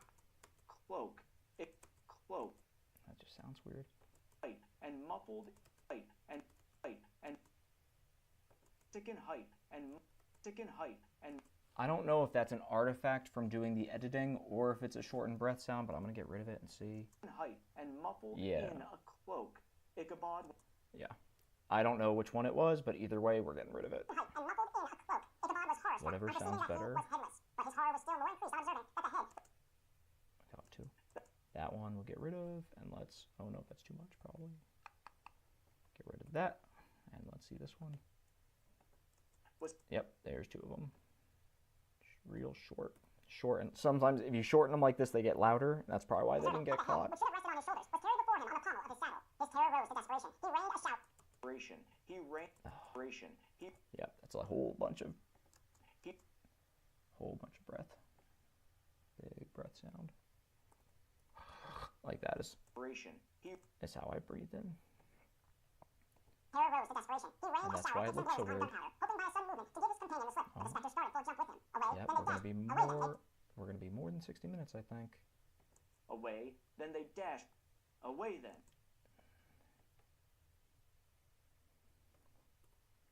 Getting close. Away then, they dashed through, thick and thin, stones flying and sparks flashing at every bound. Ichabod's flimsy garments fluttered in the air as he stretched it. As he Yep, another one. Pay attention to these. Need that. stood in the air. As he Yep, good. That sounds better. In the air, as he stretched his long, lank body away over his horse's head, in the eagerness of Yeah. You start getting used to when these things just look weird or off. horse's head, in the eagerness of his flight. They had now reached the road which turns off to Sleepy If you're Hollow. not But sure, Gunpowder it's seemed possessed of double the check. Instead of keeping up it, made an opposite turn. made Another one. it.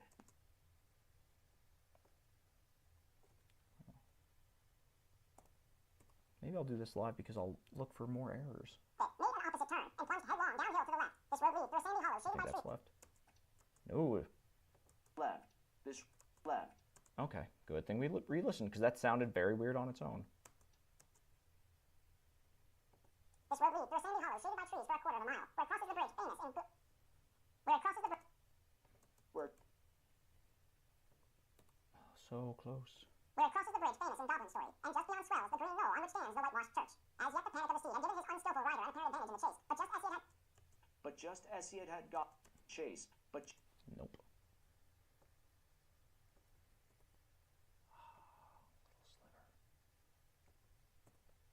advantage in the chase, but Good. Good, good, good. advantage in the chase, but just as he had got halfway through the hollow, the girths of the saddle gave way, and he felt it slipping from under him. He seized it by the pommel and endeavored to hold it firm, but in vain, and had just time to save himself by clasping old Gunpowder around the neck, when the saddle fell to the earth, and he heard it trampled underfoot by his pursuer. For a moment the terror of Hans Van Ripper's wrath passed across his mind, for it was his... Yep, nope. That doesn't belong there. Let's get rid of that. For it was his Sunday saddle, but this was no time for petty fears. The goblin was hard on his haunches, and, unskillful rider that he was, he had so... No, we're past 60 minutes.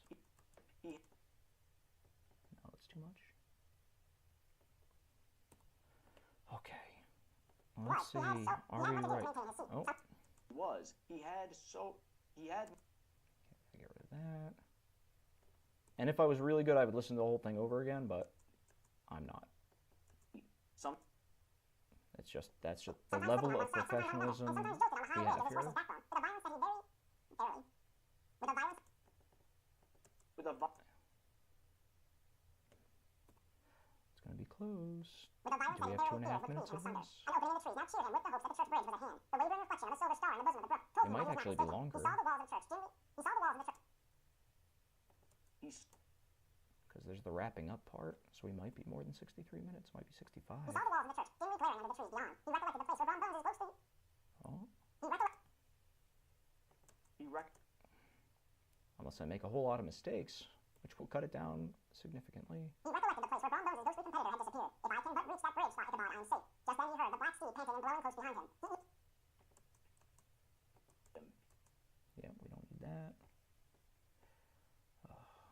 And that is hard when you change your pacing for it, because then it... He even fancied that he felt his hot breath. Another convulsive kick in the ribs, and old gunpowder sprang upon the bridge. He thundered over... bridge. He It will not catch all these, because we changed how we were saying it. planks. He Yep, gotta get rid of that. That's gonna be really annoying. And the problem is if I miss one of these, it's probably very unsettling for everybody who listens. He thundered over sprang upon the bridge. He thundered over the resounding planks. He gained the opposite side, and Yeah, I need to get rid of that too. Like, maybe they're not that noticeable, but I notice them here, so we're gonna try and fix them. now Ichabod Okay, good. And now Ichabod cast a look behind to see if his pursuer should vanquish according to rule. Oh, And a flash it might of be fire more than embraced him. 63. Just then, he saw the goblin rising in his stirrups, and in the very act of hurling his head at him. And in the very act... We're getting close. I can't remember how long the wrap-up was. And in the very act of hurling his head at him, Ichabod endeavored to dodge the horrible missile, but too late. It encountered his cranium with a tremendous crash. He was tumbled headlong into the dust, and gunpowder, the black steed, and the goblin rider passed by like a whirlwind. The next morning, the old horse was found without his saddle, and with the bridle under his feet, soberly cropping the grass at his master's gate. Ichabod did not make his appearance at breakfast. Dinner hour came, but no Ichabod. The boys assembled at the schoolhouse and strolled idly about the banks of the brook, but no schoolmaster. Hans Van Ripper now began to feel some uneasiness about the fate of poor Ichabod and his saddle. An inquiry was set on foot, and after diligent investigation, they came upon... I think it's funny that he's worried about his saddle as well. The saddle trampled in the dirt. The tracks of horses' hooves deeply dented in the road, and the tracks of... It's like, the schoolmaster's dead. And I lost my saddle. It's like, oh, well, yeah, but like, also the schoolmaster. And But he cares about that saddle. It's a nice saddle. At least he didn't lose the horse. If he lost the horse, then that would have been The rough. tracks of horses' hooves deeply dented in the road, and evidently at furious speed. You can get a new the bridge, schoolmaster. beyond which, on the bank of a broad... Or you can just, I guess the story's like, we don't really need a schoolmaster. to the We don't like schoolmasters. to the bridge. Traced to the bridge. Nope, that's traced. Yeah. What did we learn? Nobody likes schoolmasters. In black was Nope, that's black. Okay. Beyond which, on the bank of a broad part of the brook, where the water ran deep and black, was found the hat of the unfortunate Ichabod, and close beside it, a shattered pumpkin. The brook was searched, but the body of the schoolmaster was not to be discovered. That's by Hans 65. Van Ripper, as executor of his estate, examined the bundle which contained all his worldly effects. They consisted of 2 shirts and a half, 2 socks for the neck, a pair of 2 worsted socks, a pair of 2... a pair.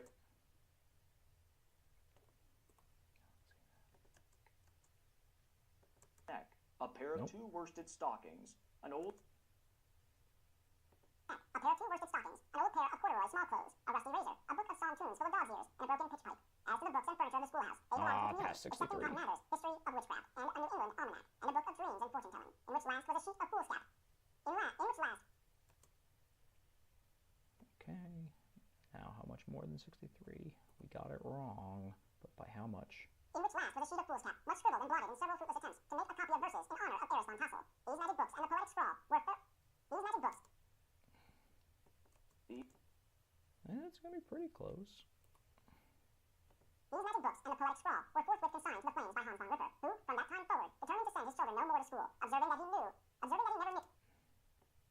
Pretty close. I think we're going to be Observing pretty that he never knew close. any good come of the same reading and writing. Whatever money the schoolmaster possessed, and he had received, his quarters...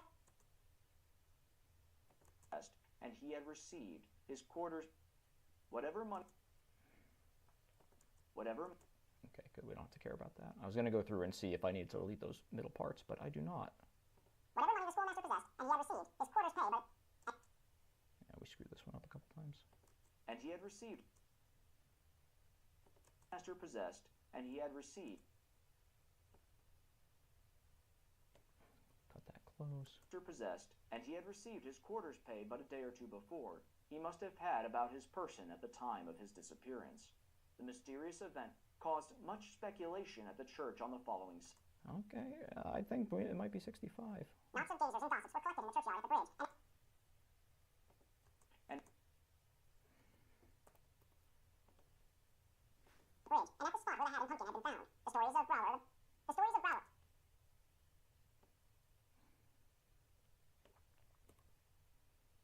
The stories of Growler of Bones and a whole budget of others were called to mind, and when they had diligently considered them all and compared them with the symptoms of the present case, they shook their heads and came to the conclusion that Ichabod had been carried off by the galloping Hessian. As he was a bachelor and in nobody's debt, nobody troubled his head any more about him. The school was removed to a different quarter of the hollow, and another pedagogue reigned in his stead. It is true, an old farmer who had been down to New York on a visit several years after, and from whom this account That one's not as bad, but several years after, and from nope, that is bad.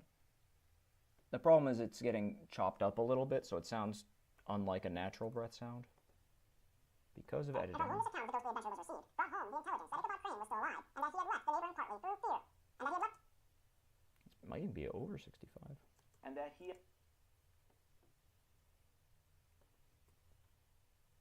the neighborhood partly through fear of the goblin and Hans von Ripper, and partly in mortification, and Fear having of been the suddenly dismissed goblin? by the heiress, that he had changed his quarters to a distant part of the country. I mean, I guess does the headless horseman count as a goblin?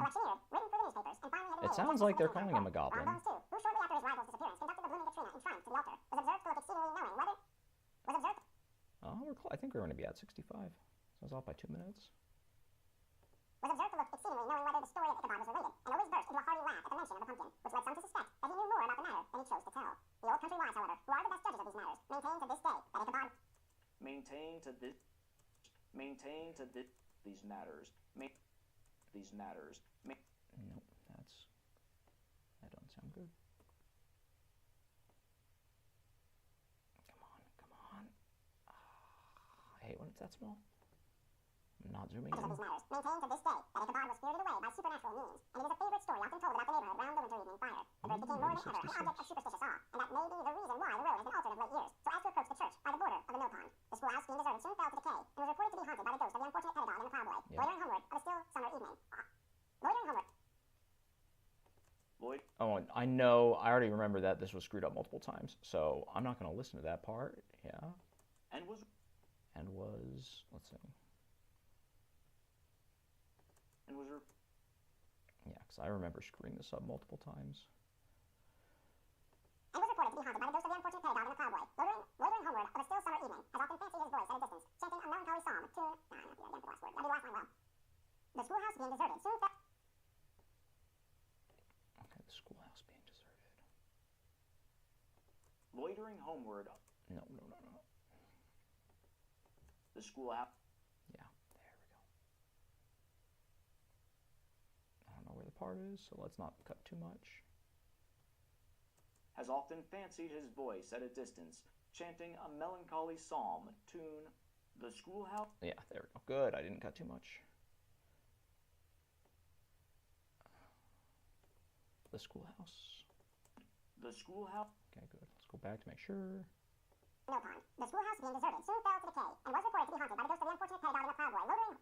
Yeah, I screwed this up. And was reported to be haunted by the ghost... It's because this has a weird, it doesn't have a pause where it's supposed to in the writing.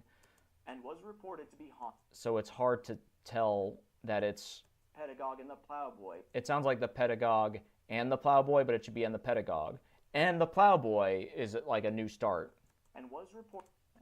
Let's see if we did that. Loitering homeward of a still summer evening, has often fancied his voice at... Oh, let's see if we did this. Oh, there should be a comma there. See, oh yeah, I'm saying it again. And was reported to be haunted. And was reported to be haunted. Okay, well, let's get rid of all this gibberish. Let's do there. And was reported. Loitering. And was reported. Yeah, good. And was loitering. And was Yeah, there we go. Get over all that. This is what happens when you... I try not to screw up and have multiple takes because it gets really complicated with the editing, but... And was reported to be haunted by the ghost of the unfortunate pedagogue and the plowboy, loitering homeward... This is what happens when it's not very clear how the pauses are supposed to go. Oh, look at that, we just got a 66. Longer than I thought. A little bit longer. Chanting a melancholy psalm tune So this probably was around 60 pages. And that's it. Thank you all for watching. Okay, let's make sure we end that strong. Yeah, usually the end I double check really closely because I want that to be a powerful ending. Among the tranquil solitudes of Sleepy Hollow. Good. Let's see again. Regular. Play Psalm tune among the tranquil solitudes of Sleepy Hollow. That's not bad. Yeah, that'll do. And then this is where we forget. And that's it. Yeah, that's where we forget to turn off the mic. So we'll delete all this. How much did we have? From 106. Oh, not that bad. Okay, so that's all done. So if I was being, really good about it, I'd listen all the way through at regular speed, but that's a whole extra hour and 6 minutes, and I don't want to add an hour and 6 minutes of extra time onto this, just because for this is more quantity over quality. If we were getting millions of views, I'll take more time. So if you want us to get more views, please share this and let other people know so we can make better quality, but I'm going to save it. Sleepy Hollow as the file, and I'm going to export it as an MP3. Sleepy Hollow. I didn't have to do that with insane settings. That's going to take a while, but I think that's it. Let me see if I can turn this camera back on. Hopefully it has got some battery left. And I can say a proper goodbye to everyone. I don't know, my TV is off. Yeah, sorry, this is such a mess. I am not used to this, and I'm not used to having multiple sources that are on battery and a TV that turns off. Why is that clicking? Are you responding to my remote? Okay, that camera's back on, and I look like I'm not wearing a shirt. So let's switch back. Has that been watching me the entire time? I hope that hasn't been watching me. Boom. There we go. Hopefully that did what I was hoping it to do. Okay, so I'm going to say my proper goodbye. Thank you so much for anybody who watched. Thank you so much if you watched to the end. That's the basics of it. I'm not going to show you how I put together the final video because that's not really that complicated. It's basically just putting that MP3 file against whatever I want to put as a still for the top. I'm going to try something different with this one where I'm going to take a bunch of stock videos of jack-o'-lanterns and things and use that as the top. It'll take a little bit of extra time, but since I don't have to time it, it's all going to be basically jack-o'-lanterns or Halloween type things. That'll be easier to do. I don't normally do that with other longer books because 4 hours, 6 hours, it's a lot longer versus this is only a little bit over an hour. And those, it's hard to get appropriate video for all that versus this, I can just find generic B-roll of spooky video. So I think I'm going to do that for this one, and I'm going to upload that, probably get that up by the end of today, probably. The rendering will take 2 or 3 hours, but it shouldn't be that bad. Look out for that. If you want to rewatch this, by all means. Probably pretty boring, but it's interesting to see how the process works. Whole thing took 2 hours? When did I start? 3 hours. I think I started at 3:30. So 3 hours start to finish to get 1 hour of finished product in terms of work. So not too bad. Thank you so much for watching, and I'll see you at the next video.